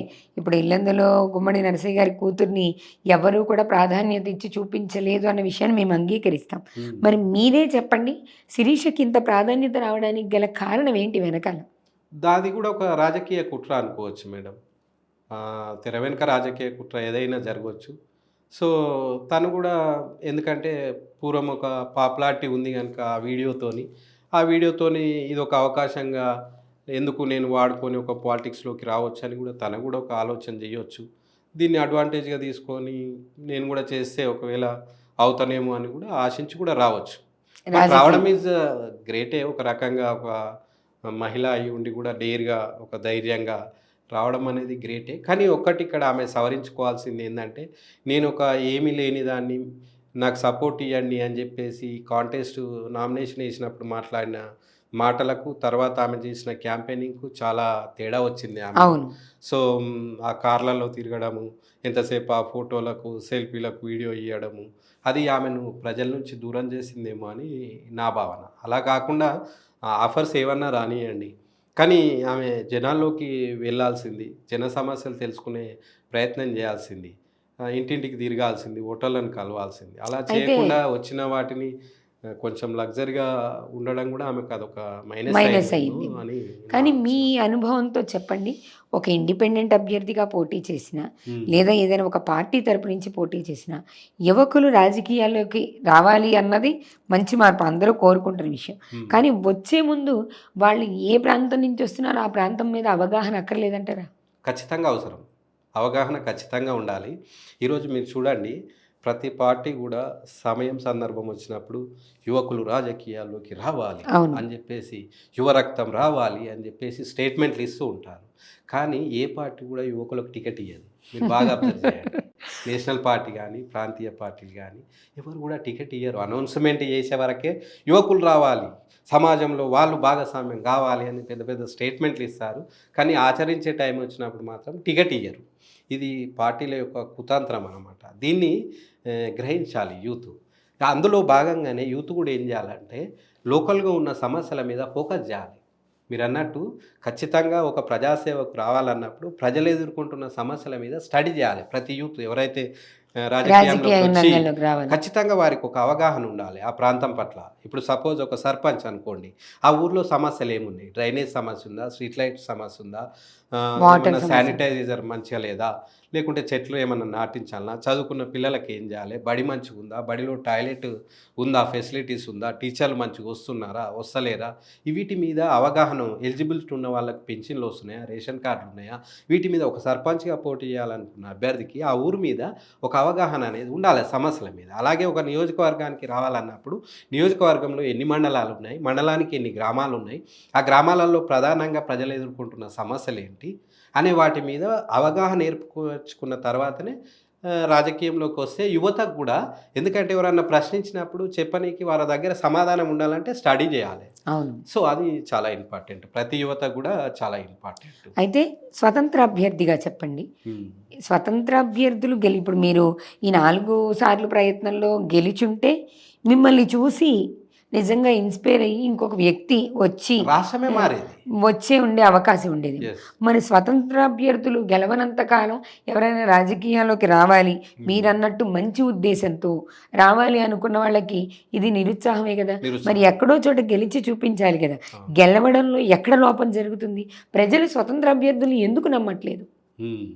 ఎస్ మేడం, ఇక్కడ చాలామంది యూత్ కూడా అదే ఏంటంటే మేము పోతే గెలుస్తామా, గెలవకుంటే మా ఇజ్జత్ పోతుందేమో, ఓడిపోయిరాని ఎక్కిరిస్తారేమో అని చెప్పేసి ఒక ఆత్మన్యూనతకు లోనై వాళ్ళు ధైర్యంగా ముందుకు రావట్లేదు. కానీ ప్రతి యూత్కు పోటీ చేసే హక్కు రాజ్యాంగం ఇచ్చింది, డబ్బుతోని సమస్య లేకుండా. రేపు గెలవాలనుకుంటున్నారు తప్ప ప్రజల్ని గెలిపించనీకి, చైతన్యం చేయనీకి మనం ఒక ప్రయత్నం చేయాలనుకోవట్లేదు వాళ్ళు. సో గెలిపే ప్రాధాన్యంగా తీసుకుంటున్నారు కనుక అన్ని విషయాలలో గెలుపు కాకపోవచ్చు. సో ఇక్కడ ఏంటంటే మీరు అన్నది నిజమే, ఏదో ఒక దగ్గర ఒక విజయం అనేది వస్తే ఆ విజయము, ఒక విజయము 100 విజయాలకు కారణం అన్నట్టు, ఒక అగ్గిపుల్ల వెలిగితే 100 అగ్గిపుల్లలు వెలిగించవచ్చు అన్నట్టు నేను కూడా అదే కాన్సెప్ట్తో వచ్చాను. 2009లో కనుక ఒకవేళ నాలాంటి వ్యక్తో, నన్ను లేకుంటే నియోజకవర్గంలో నాలాగా ఫైట్ చేస్తున్న స్వతంత్ర అభ్యర్థులు ఎక్కడో ఒక దగ్గర నిజాయితీగా గెలిచుంటే వాళ్ళ పరిపాలన డిఫరెంట్గా ఉండేది. వారి పరిపాలన యొక్క ప్రభావం కూడా రాష్ట్రం మీద పడేది, దేశం మొత్తం కూడా పడేది. ఇది చెప్పండి, ఇప్పుడు మీరు అన్నట్టు పరిపాలన ప్రత్యేకంగా ఉండేది, దేశ రాష్ట్ర రాజకీయాల్ని ప్రభావం చూపించేది అని మీరు ఒకే ఒక్క వ్యక్తి స్వతంత్ర అభ్యర్థిగా పోటీ చేసి గెలిచి అసెంబ్లీలోకి వెళ్తే ఆయన ఏం చేయగలుగుతాడు అంటే, ఇప్పుడు ప్రజల ప్రశ్న, ప్రజలు ఎందుకు గెలిపించట్లేదు? ఈ ఒక్క వ్యక్తి, ఈయన అధికార పార్టీ కాదు, ప్రతిపక్ష పార్టీ కాదు, ఈయన వెళ్ళి ఏం చేస్తాడు? ఈయనను వాళ్ళు మాట్లాడనివ్వరు కదా. ఈయనకు ఓటేస్తే నా ఓటు వృధా అయిపోతుంది అనే భావన ఉంటుంది. మరి ఒక్క వ్యక్తి ఏం చేయగలడు లోపలికి వెళ్ళి? 100% చాలా మంది ప్రజలు కూడా ఇదే విషయం నాతోని ముఖాముఖిగా చెప్పడం జరిగింది. నా ఓటు వేస్ట్ అవుతుందేమో, ఇన్ని పార్టీలు వాళ్ళు ఏంది, నువ్వు ఏం చేస్తావు అని చెప్పేసి ప్రశ్నించారు. కానీ ఇక్కడ ఒకటి మిస్ అవుతున్నారు మేడం మీరు. ఇక్కడ ఏంటంటే ఒక తండ్రికి 4 కొడుకులు అనుకో, సో తండ్రికి ఒక 4 ఎకరాలు ఉన్నదనుకో, ఈ 4 కొడుకులకు 4 ఎకరాలు ఇస్తాడా, లేదా పెద్దవాడు కనుక వీనికి 2 ఎకరాలు ఇద్దాం, మిగతా ముగ్గురికి మనిషి అర్ధెకరం ఇద్దాం అనుకుంటాడా? జనరల్గా చెప్పండి, మన కుటుంబానికి 4 ఎకరాలు ఇస్తాడు తండ్రి కాబట్టి. సో ఇక్కడ కూడా ఈ డెవలప్మెంట్ విషయంలో కానీ, ఇండిపెండెంట్ విషయంలో కానీ, పార్టీ అభ్యర్థుల విషయంలో కానీ జనరల్గా బడ్జెట్ కేటాయింపు అనేది ప్రతి నియోజకవర్గానికి మ్యాక్సిమంకి ఇంత ఇవ్వాలి అని చెప్పేసి ఫిక్స్ ఉంటుంది. ఆడ నేనున్నప్పటికీ కూడా, పార్టీ అభ్యర్థి అయినప్పటికీ కూడా, ఇండిపెండెంట్ అభ్యర్థి అయినప్పటికీ కూడా, ఒకవేళ అభ్యర్థి లేకపోయినా కానీ ఆ నియోజకవర్గానికి సమంగా ప్రభుత్వం కేటాయించాల్సిన బాధ్యత ఉంటుంది, కేటాయిస్తుంది. దాంట్లో ఎలాంటి వివాదం లేదు.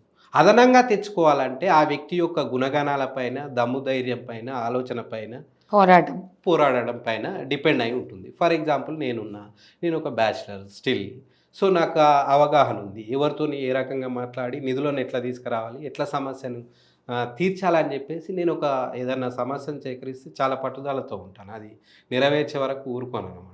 కనుక నేను అప్పుడు నా శక్తి మేరకు నేను పోరాడి తీసుకొచ్చి డెవలప్మెంట్ చేస్తాను.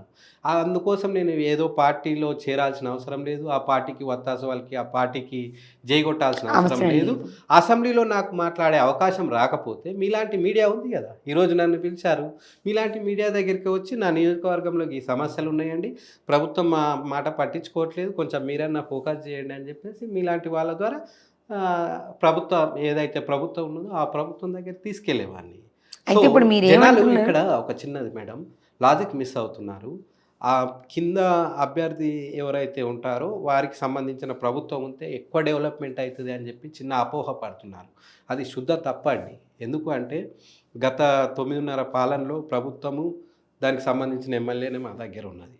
సో మా దగ్గర ప్రధాన సమస్య సాగునీరు సమస్య. గంధమాల రిజర్వాయర్ అని ఒకటి ఉంటుండే. ఓకే. సో ఎన్నో ప్రాజెక్టులకు శంకుస్థాపన జరిగినాయి, ఎన్నో ప్రాజెక్టులు కొంచెం కొంచెం చేయడం జరిగింది.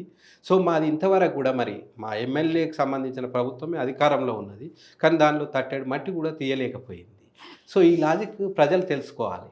ఎంతసేపు ఇండిపెండెంట్ అభ్యర్థి కదా ఏం చేస్తాడంటే మీరు ఇచ్చి చూడాలి అదే కదా. మీరు ఇప్పుడు ఏమంటున్నారు? అవకాశం ఇస్తే కదా మేము చేస్తామో చేసేది లేదో తెలిసేది. చూపించేవాళ్ళము ఇప్పుడు అని. ఇవాళ విరాట్ కోహ్లీని, సచిన్ టెండూల్కర్ను క్రికెట్ దేవుళ్ళుగా మనం భావిస్తున్నాము. వారికి బ్యాటే ఇవ్వకపోతే ఇవాళ వాళ్ళు క్రికెట్ దేవుళ్ళు ఎలా అయ్యేవారు? అందుకే నేను ప్రజలను, రాష్ట్ర ప్రజలను, దేశ ప్రజలను, ఓటర్లను ఏం కోరుతున్నా అంటే, మీరు ఎంతసేపు పార్టీ అభ్యర్థులు పార్టీ అని కాకుండా ఒకసారి చదువుకున్న యువత, అవగాహన ఉన్న యువతకు ఒకసారి అవకాశం ఇచ్చి చూడండి. వాళ్ళు ఏ రకంగా మీ నియోజకవర్గానికి సేవ చేస్తారు, ఏ రకంగా అదనపు నిధులు ఏ రకంగా తీసుకొస్తారు. నాకు కొన్ని ప్రత్యేకమైన ఆలోచనలు ఉన్నాయి. నాకు కొంతమంది ఎన్ఆర్ఐస్తోని కూడా కొన్ని లింక్స్ ఉన్నాయి, కొన్ని స్వచ్ఛంద సంస్థలతో కూడా కొన్ని లింక్స్ ఉన్నాయి. నేను వాళ్ళందరితో మిల్లింగ్ అవుతాను. ఎవరెవరికి ఏ అవసరాలు ఉన్నాయో వారు ఏ రకంగా తీర్చాలో నాకు అవగాహన ఉంది. నేను ఒక చదువుకున్న వ్యక్తిగా, సమాజాన్ని స్టడీ చేసిన వ్యక్తిగా నాకు తీర్చాలన్న సంకల్పం ఉంది. ఇప్పుడున్న రాజకీయ పార్టీలకు ఆ సంకల్పం ఎందుకు ఉంటుంది మేడం? ఇవాళ ఒక్కొక్క అభ్యర్థి ఇవాళ ఎమ్మెల్యే గెలవడానికి ఒక 100 కోట్లు ఖర్చు పెడుతుండు. 100 కోట్లు ఖర్చు పెట్టిన అభ్యర్థి తను 100 కోట్లు సంపాదించుకోవాలని చూస్తాడు తప్ప తను ప్రజలకు సేవ చేయాలన్న ఆలోచన తనకి ఎందుకు వస్తుంది చెప్పండి? రాజకీయ వ్యాపారం చేస్తున్నారు. వాళ్ళకు రాజకీయం అనేది సేవారంగం అని నేను అంటున్నా. వాళ్ళు ఏమంటారు ఇది ఒక వ్యాపారం అని చెప్పేసి వాళ్ళు వస్తున్నారు, ఇన్వెస్ట్మెంట్ చేస్తున్నారు, గెలిచిన తర్వాత ప్రాఫిట్ తీసుకుంటున్నారు. సో ఇక్కడ లాస్ అయ్యేది ప్రజలే చివరిగా వచ్చేది. అందుకోసమే వీళ్ళ వల్ల ప్రజలకు ఉపయోగం లేదు. ప్రజలు మార్పు రావాలంటారు. ఇప్పుడు ప్రజల్లో మార్పు వచ్చి స్వతంత్ర అభ్యర్థులకు అవకాశం ఇస్తే కదా మేము ఏం చేస్తాము అనేది. రామచంద్రారెడ్డి గారు తన వచ్చే ఎంపీ ఎలక్షన్స్ లో కూడా పోటీ చేస్తారా? అది మన ఎమ్మెల్సీ ఎలక్షన్స్ ఉంది, ఆలోచన అయితే ఉంది. ఎమ్మెల్సీ ఇప్పుడు పల్లా రాజేశ్వర రెడ్డి గారు ఎమ్మెల్యే గెలవడం వల్ల ఇప్పుడు ఎమ్మెల్సీ ఎన్నికలు కూడా వస్తున్నాయి, గ్రాడ్యుయేట్ ఎమ్మెల్సీ. సో అది చూస్తాను, కొంతమంది పట్టభద్రులతో మాట్లాడతాను. సో వాళ్ళు కనుక సపోర్ట్ చేసేసి చెయ్యన్నా అని చెప్పేస్తే వాళ్ళకు ఫస్ట్, ఎందుకంటే ఒపీనియన్ అక్కడ తీసుకుంటాను. చేయమంటే ఖచ్చితంగా రానున్న ఎమ్మెల్సీ ఎన్నికల్లో కానీ లేకుంటే భువనగిరి పార్లమెంట్ నియోజకవర్గం నుంచి ఎంపీగా కానీ ప్రజలు ఒకవేళ చేయమని చెప్పేసి అక్కడ నుంచి ఒక ఆలోచన వస్తే తప్పకుండా. ఇప్పుడు కూడా రూపాయి అడుక్కొని నామినేషన్ వేస్తారా? తప్పకుండా. ఆ రూపాయి ఉద్యమం అనేది అది ఉంటుంది. సో ప్రజలు ఎప్పుడైనా కానీ మీరు నాకు సపోర్ట్ చేసే ప్రతి ఒక్కరు కూడా రూపాయి ఇవ్వచ్చు, ఇవ్వని వాళ్ళు కూడా సపోర్ట్ చేయొచ్చు, ఇచ్చేవాళ్ళు రూపాయి ఇవ్వచ్చు. సో ఇప్పుడు మీ ఉద్యమంలో ప్రతి వాళ్ళ దగ్గరికి వెళ్ళి నాకు రూపాయి ఇవ్వండి నామినేషన్ వేయడానికి అని అడుగుతారు కదా, ఆ అడిగినప్పుడు ఇవ్వని వాళ్ళు సరే, ఇచ్చిన వాళ్ళు ఎక్కువ డబ్బులు ఇచ్చినా మీరు తీసుకోరా? నాకు అవసరం లేదంటాను జెన్యున్గా. అంటే ఇప్పుడు మీరు రూపాయి అంటారు, అయ్యో రూపాయి ఏముందిలేండి 10 రూపాయలు తీసుకోండి అనేవాళ్ళు ఉండుండొచ్చు. ఇప్పుడు ఎంత విమర్శాత్మకంగా ఉన్నారో అంతే సహృదయంతో ఉన్నారని మీరు చెప్పారు కదా. 10 రూపాయలు 100 రూపాయలు ఇవ్వడానికి దగ్గరికి వచ్చిన వాళ్ళు ఉంటారు, అప్పుడు ఎంత తీసుకుంటారు? అప్పుడు వాళ్ళు నా దగ్గర కూడా అట్లా వచ్చిన వాళ్ళు ఉన్నారు. నేను చెప్పాను, జనరల్గా ఇది నేను పార్టీ ఫండ్ కోసమో నా కోసమో కాదు కనుక అంత నాకు అవసరం లేదండి, 1 రూపాయి ఇస్తే చాలు అని చెప్తాను. సో నా దగ్గర రూపాయి లేదన్న 10 రూపాయలు ఉంది, నేను ఏం చేయాలి అంటే, మీ ఫ్రెండ్స్ ఎవరన్నా 10 మంది పేరు తరపున లేకుంటే మీ కుటుంబంలో 5గురు ఉన్నారు, సరే వీళ్ళ తరపున ఒక 5 రూపాయలు అన్న అంటే ఓకే, అట్లా దాన్ని అలా మార్చుకుంటారు. కానీ ఏదైనా కూడా ఒక వ్యక్తి నుంచి 1 రూపాయి అనే సిద్ధాంతంతోనే 1 రూపాయి, 1 ఓటు, ఒక సమస్య చెప్పాలి. 1 రూపాయి ఇవ్వాలి, ఆయన 1 ఓటు సమస్య చెప్పాలి, 1 ఓటు వేయాలి. అప్పుడు సమస్యలు ఎట్లా సాధ్యం కాదు, ఎట్లా నిర్మూలించుకోలేము నేను చేసి చూపెడతాను. ఎందుకంటే ఇప్పుడు పవర్ ఉంటేనే కదా సమస్యను అవును. తీర్చేది. ఇప్పుడు అదిగా. పవర్ ఉన్న వాళ్ళు ఏం చేస్తున్నారంటే ఇన్వెస్ట్మెంట్ పెట్టిరు కనుక ఎంతసేపు మా ఇన్వెస్ట్మెంట్ ఎట్లా సంపాదించుకోవాలని వాళ్ళు టైం కేటాయించలేకపోతున్నారు. సో వాళ్ళకి మాకు డిఫరెన్స్ ఏంటంటే వాళ్ళు వ్యాపారం అనుకుంటారు, మేము సేవ అనుకుంటున్నాం.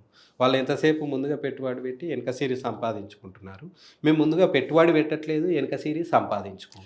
ఏదైతే సేవ అనే చేయాలనుకుంటున్నామో పదం కరెక్టే అంటారా రామచంద్రారెడ్డి గారు? రాజకీయం సేవ.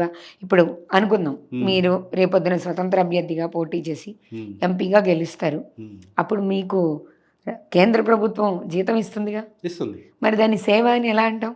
అది ఆ వచ్చిన జీతాన్ని సొంతంగా వాడుకోవచ్చు, వాడుకోకపోవచ్చు. దాన్ని కూడా ప్రజా ఉపయోగానికి వినియోగిస్తే గనుక అది కూడా సేవే అవుతుంది. ప్రజా వినియోగానికి ఉపయోగిస్తే సేవ, సేవ కానీ అవుతుంది. జీతం తీసుకుంటున్నప్పుడు అది సేవ కాదుగా, వృత్తి. అందుకోసమే నేనేం చేస్తా అంటే రేపు ప్రభుత్వం ఇచ్చే ఏదైతే సపోజ్ ఎమ్మెల్యేగా గెలిచిన దానికొచ్చే జీతమైనా దేనికొచ్చే జీతమైనా నేను తీసుకోను. ₹1 తీసుకుంటా. అది కూడా ఎందుకంటే మనది ₹1 మళ్ళీ ₹1 ఆ ₹1 తీసుకుంటా. మిగతా వచ్చిన జీతం ఏదన్నా ఒక సమస్యను చూపెడతా ప్రభుత్వానికి. మీరు నాకు ఇచ్చే జీతం ఏమొద్దు నాయన, మా నియోజకవర్గంలో ఈ ప్రభుత్వ స్కూల్లో గీడ టాయిలెట్స్ ఈ లేవు, సమస్య ఉంది. ఈ సమస్య ఉంది. లేకుంటే గవర్నమెంట్ హాస్పిటల్‌లో ఈ సమస్య ఉంది. ఒక అంబులెన్స్ కావాలి, స్ట్రెచ్చర్లు కావాలి, ఏదైనా ఫర్నిచర్ కావాలి, టాయిలెట్స్ కావాలి. గదానికి అట్లా నా అక్కడ జీతాన్ని ఉన్న మీరు సమస్యల్ని ఇయ్యండి. నాకు చెప్తారు. ₹1 జీతం ఇయ్యండి అని చెప్పేసి ప్రభుత్వాన్ని ముందుగానే బాండ్ పేపర్ మీద రాసిస్తాను. నాకు జీతం వద్దు, నాకు ₹1 ఇయ్యండి సరిపోతుంది. మిగతాది నా నియోజకవర్గంలో ఒక సమస్య చూపెడతాను. డైరెక్ట్ అది నాకు ఆ ఇవ్వాల్సింది సమస్యకి. అక్కడికే ఇచ్చేసేయండి అని చెప్పేసి. ఇప్పుడు మీ ఏరియాలో ఉన్న ఎమ్మెల్యే, హ్మ్. ప్రభుత్వ అధికారి అవును. ఎవరు, మినిస్టర్ ఎవరు మీ ఏరియాకి దానికి ఓకే. సంబంధించి? మా నియోజకవర్గం వచ్చి ఇప్పుడు బీర్లా ఐలయ్య అని చెప్పేసి తను ప్రభుత్వ చీఫ్ విప్ కూడా. సో ఆలయం నుంచి మొన్ననే భారీ మెజార్టీ 50,000 మెజార్టీతో గెలవడం జరిగింది. సో బీర్లా ఇంకా ఐలయ్య. బీర్లా ఐలయ్య. ఐలయ్య. సో కాంగ్రెస్ పార్టీ నుంచి 50,000 మెజార్టీతో గెలవడం జరిగింది. ఇక ఉమ్మడి నల్గొండలో అయితే కోమటిరెడ్డి వెంకటరెడ్డి, ఉత్తమ్ కుమార్ రెడ్డి ప్రజెంట్ వాళ్ళు మినిస్టర్లుగా మినిస్టర్లుగా ఉన్నారు. ఉన్నారు. ఇప్పుడు మీ ఎమ్మెల్యే గారు చేసిన సేవా కార్యక్రమాలు, ఆ ప్రదేశంలో ఆయనకున్న ఆదరణ, దేంతో గెలిచారంటారు? సరే, పార్టీ అనేది హ్మ్. సగం ఉంది హ్మ్. మీరన్నట్టు, హ్మ్. కానీ అదే పార్టీలో ఉన్న అందరూ కూడా గెలవలేదుగా. అవును. ఇప్పుడు 63 మంది 67 మంది ఈ కౌంటే చూసాం కదా మనం. మరి మిగతా వాళ్ళు ఓడిపోయినట్టేగా, కేవలం పార్టీ గెలిపించింది అనడానికి లేదు. హ్మ్. మీ ఎమ్మెల్యే గారు గెలవడానికి ఏవి కారణాలని మీరు అనుకుంటున్నారు, పార్టీ కాకుండా? ఓకే. తను ఏంటంటే ఒక స్ట్రాటజీగా వర్క్ చేయడం తన విజయం అనుకోవచ్చు మేడం. ఎందుకంటే అంతవరకు కాంగ్రెస్‌లో ఉన్న అభ్యర్థి లాస్ట్ టైము కాంగ్రెస్ నుంచి కాంటెస్ట్ 2018లో కాంటెస్ట్ చేసి ఓడిపోయిన తర్వాత ఆ అభ్యర్థి బీఆర్ఎస్‌లోకి వెళ్ళడం జరిగింది. సో తను ఎప్పుడైతే ఇక్కడ ఖాళీ చేసిండో సో తను లైన్‌లోకి వచ్చిండనమాట. ఈ వ్యక్తి లైన్‌లోకి వచ్చిండు. వచ్చేసి ఏం చేసిండంటే ప్రతి గ్రామంలో ఆహ్, ఇంకా చూసిండు ఎవరన్నా బీదవాళ్ళు చనిపోతే వాళ్ళ కుటుంబానికి ఒక 50 కేజీల బియ్యం ఇవ్వడం. ఎక్కడన్నా వాటర్ ఫిల్టర్ అవసరం ఉంటే తన సొంత డబ్బులతోని వాటర్ ఫిల్టరు పెట్టడం. ఇంకెవరికన్నా ఇలాంటి వాటర్ క్యాన్లు ఇవ్వడం. ఇట్లా ప్రజల్లోకి దాదాపు ఒక 2, 3 సంవత్సరాలుగా నియోజకవర్గంలో ఇలాంటి చిన్న చిన్న కార్యక్రమాలు చేస్తూ తను ప్రజల్లో తన పేరును కొంచెం పెంచుకున్నాడు. సో ఆ యొక్క ఆ సేవను చూసి జనాలు కొంచెం ఇంకా అందులో కాంగ్రెస్ పార్టీ తోడైంది. తను కూడా ప్రజల్లో ఆ 2, 3 సంవత్సరాలుగా ఉంటూ కొంత తనకు వీలైనంత వరకు తను చేసేసరికి జనాల్లోకెళ్ళేసరికి జనాలకు ఒక కొత్తదనాన్ని ఆహ్వానించాలని చెప్పేసి అనుకున్నారు. గెలిపించారు. గెలిపించారు. కానీ తను కూడా మొన్న ఎన్నికల్లో ఇంక మరి తను చెప్పుకోలేరు కదా ఖర్చు పెట్టింది. కానీ నేను అక్కడ లోకల్ వ్యక్తిని కనుక నేను కూడా చూశాను. సో తను కూడా డబుల్ ఇన్వెస్ట్‌మెంట్ చేశాడు. ఓటర్లకు ఇచ్చాడు, డిస్ట్రిబ్యూషన్ చేశారు. సో ఎందుకంటే మాకు తీసుకున్న వాళ్ళు చెప్తారు. తను ఇచ్చిన వాళ్ళు చెప్పలేరు కానీ తీసుకున్న వాళ్ళు జనరల్‌గా నాకు చెప్తూ ఉంటారు. సో అది వాస్తవం, అది కూడా నిజమైన గెలుపు అనుకోను నేను. కాకపోతే చేసిండు ప్రజలకైతే కొంత తన కొంతవరకు సొంత డబ్బులు పెట్టేసి జనాలలో ఆదరణ పెంచుకున్నాడు. ఆదరణ ప్రతిపక్షంలో ఉన్నప్పుడు పనిచేశారు. పనిచేశాడు. అది ఆదరణ, ఈ పార్టీ బలం 2 కలిసొచ్చి తను పెట్టిన ఈ ఇన్వెస్ట్‌మెంట్ లాస్ట్ మూమెంట్‌లో ఆ పోల్ మేనేజ్‌మెంట్ కూడా చేయడం జరిగింది. సో అన్నీ కలిసొచ్చి తనకు అవకాశం అవకాశం అనేది వచ్చింది. వచ్చింది. ఇంకొకటి కుల రాజకీయాలు కూడా ప్రభావం చూపెట్టినాయి అని చెప్పేసి నేను చెప్పగలుగుతాను. ఎందుకంటే తను ఒక బీసీ సామాజిక వర్గం నుంచి వచ్చాడు గనుక జనాలు కూడా ఆ మధ్యకాలంలో ఆ కుల రాజకీయాల సైడ్ కూడా కొంచెం మొగ్గి తనను గెలిపించుకున్నారు. గెలిపించారు. అన్ని రకాలుగా తనకు కలిసొచ్చాయి కలిసి అనుకోవచ్చు.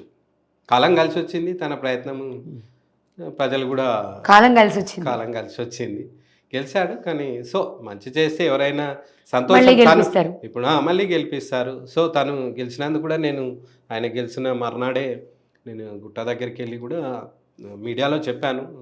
శుభాకాంక్షలు గెలిచినందుకు. ప్రజలు ఏ ఆకాంక్షలతోనైతే, ఏ సమస్యలతోనైతే మీరు గెలిస్తే గెలిపించారో ఆ సమస్యలను మీరు తీర్చండి. తీరిస్తే మీకు మళ్ళీ ఇంకోసారి కూడా అవకాశం ఇస్తారు ప్రజలు. అల్టిమేట్‌గా నాకు కావాల్సింది నాకు ఎమ్మెల్యే పదవి కాదు మేడం. ఎవరు గెలిచినప్పుడు కూడా ప్రజా సమస్యల మీద దృష్టి పరిష్కారం పెట్టి పరిష్కారం చూపెడితే జరగాలి. మీరు అనుకుంటున్నది ప్రజా అది సమస్యలకి నాకు పరిష్కారం దొరకాలి. నాకు ఏ పార్టీ అభ్యర్థి అయినా నాకు అభ్యంతరం లేదు. ఎవరు గెలిచినా అభ్యంతరం లేదు. ప్రజా సమస్యలు తీర్చే వాళ్ళు ఎవరికైనా కానీ నేను జైకొడతాను. వాళ్ళని అభినందిస్తాను. మంచిని అభినందిస్తాను. చెడు వాళ్ళు ఏ పార్టీ అయినా సరే, అధికార పార్టీ అయినా, ప్రతిపక్ష పార్టీ అయినా, ఎవరినైనా చీల్చి చెండాడతాను. రాష్ట్రం అంతా తిరిగిన వ్యక్తిగా మీ ఏరియాలోను రాష్ట్రంలోనూ కూడా రైతులు ఎదుర్కొంటున్న సమస్యలు, ప్రధానమైన సమస్యలు ఏమంటారు అంటే, సమాజానికి మధ్యతరగతి వాడికి కనిపిస్తున్న కోణం వేరేదేమో. ఉమ్, ప్రతి ప్రభుత్వము రైతు సంక్షేమం గురించి చెప్పడం, రైతు భరోసా కార్యక్రమాలు పెట్టడం, రైతులకి పంటలకి నిధులు ఇవ్వడం, ఇవన్నీ మనం కార్యక్రమాల్లోనూ మేనిఫెస్టోల్లోనూ పథకాల్లోనూ చూస్తున్నాం. వీటి కారణంగా నిజంగానే రైతు సమస్యలకి దూరంగా ఉంటున్నాడా? రైతు సమస్యలు ఎదుర్కోవట్లేదా? ఒకవేళ ఎదుర్కొంటే ఎటువంటి సమస్యలు ఎదుర్కొంటున్నాడు మీ దృష్టిలో, ఉమ్. మీరు చూసిన పరిధిలో? ఎస్, నిజం మేడం. ముఖ్యంగా ఇప్పటికీ గత ప్రభుత్వ చరిత్ర తీసుకున్నట్టయితే 20 లక్షల మంది ధరణి పోర్టల్ వల్ల సమస్యలు ఎదుర్కొంటున్నారని చెప్పేసి మనకు పబ్లిక్లోనే చూడడం జరిగింది. సో ముందుగాల వారు ఎంతో మనోవేదన చెందిరు. వందల మంది ఆత్మహత్యలు చేసుకురు. సమస్యలు తీరక ఎంఆర్ఓ ఆఫీస్ చుట్టూ, కలెక్టర్ ఆఫీస్ చుట్టూ తిరగక, అక్కడికి పోతే సీసీఎల్ అంటే అసలు అది ఎక్కడ ఆఫీస్ ఉంటుందో వాళ్ళకి తెలియదు తెలియక. రైతులకు. సో అప్పటికే వాళ్ళు ఎంఆర్ఓ ఆఫీస్ల చుట్టూ, కలెక్టర్ ఆఫీస్ చుట్టూ తిరిగి సమస్య మీద విసుగు చెంది సూసైడ్ చేసుకున్నారు చాలామంది రైతులు. సో ఫస్ట్ ఆ సమస్యలను తీర్చాలి. 20 లక్షల మంది రైతుల సమస్యలు తీర్చాలి. అలాగే వీరు ఏదో తాత్కాలికంగా మేము ఈ రైతు బంధు ఇస్తాము, అది ఇస్తాము అని కాకుండా, తను పండించిన పంటకు గిట్టుబాటు ధర ఆ రైతే నిర్ణయించుకునే అవకాశం రావాలి. ఎందుకంటే ఇలా మనం ఈ షెట్టు తయారు చేసిన వ్యక్తి దీనికి ఎంత రేటు నిర్ణయిస్తాడు. నిజమే. తనకు తెలుసు గిట్టుబాటు ఎంత అవుతుంది అనేది. కనుక తనకు నిర్ణయించుకునే శక్తి తనకు ఉంది, అధికారం ఉంది. కానీ రైతుకు అది లేదు. ఎంతసేపు ప్రభుత్వము మద్దతు ధర ఇస్తుంది అని చెప్పేసి అంటే, ఇవాళ ఫర్ ఎగ్జాంపుల్ మనం ఒక రైతు ఒక ఎకరము సాగుబాటు చేయాలంటే తను కోత కోచి ఇంటికి అవును, వచ్చేసరికి ఎంతో శ్రమిస్తే తను 6 నెలల కష్టం అది. ఒక నెలకు ఒక పంటకి 20 నుంచి 30 వేలు ఖర్చు అవుతుంది మేడం ఒక ఎకరాకి. సో తనకు వచ్చేది మహా అయితే ఒక 60 వేలు వస్తుంది. అంటే సగము పెట్టుబడి రూపంలోనే 30 వేలు పోతుంది. సో మీరు ఎకరానికి మీరు ఇచ్చేది ఎంత అంటే అంటే 5,000 రూపాయలు. సో తను 6 నెలలు కష్టపడితే, 4 నెలల నుంచి 6 నెలలు తను పంట మీద కష్టపడితే తనకు వచ్చింది 30,000 రూపాయలు. అంటే 30 అంటే 6 30 అంటే నెలకు ఒక 5,000 రూపాయలు వస్తున్నాయి మేడం. ఇవాళ ఊడ్చే వారికి కూడా 5,000 వస్తే కుటుంబం గడవలేదు. అలాంటిది తన ఫ్యామిలీకి, తన పిల్లలకు, చాలా చదువులకు, ఎడ్యుకేషన్కు, హెల్త్కు, ఇంకేదన్నా డెవలప్మెంట్ చేసుకోవాలంటే ఒక రైతు తను 6 గాలం కష్టపడితే నెలకు 5,000 రూపాయలు వస్తే తను ఏ రకంగా సర్వైవల్, ఏ రకంగా అవును, మీరు అంటున్నది నిజమే. జీవించగలుగుతాడు? ఇప్పుడు మీరు చూపిస్తున్న కోణం ప్రజలు చూశారు.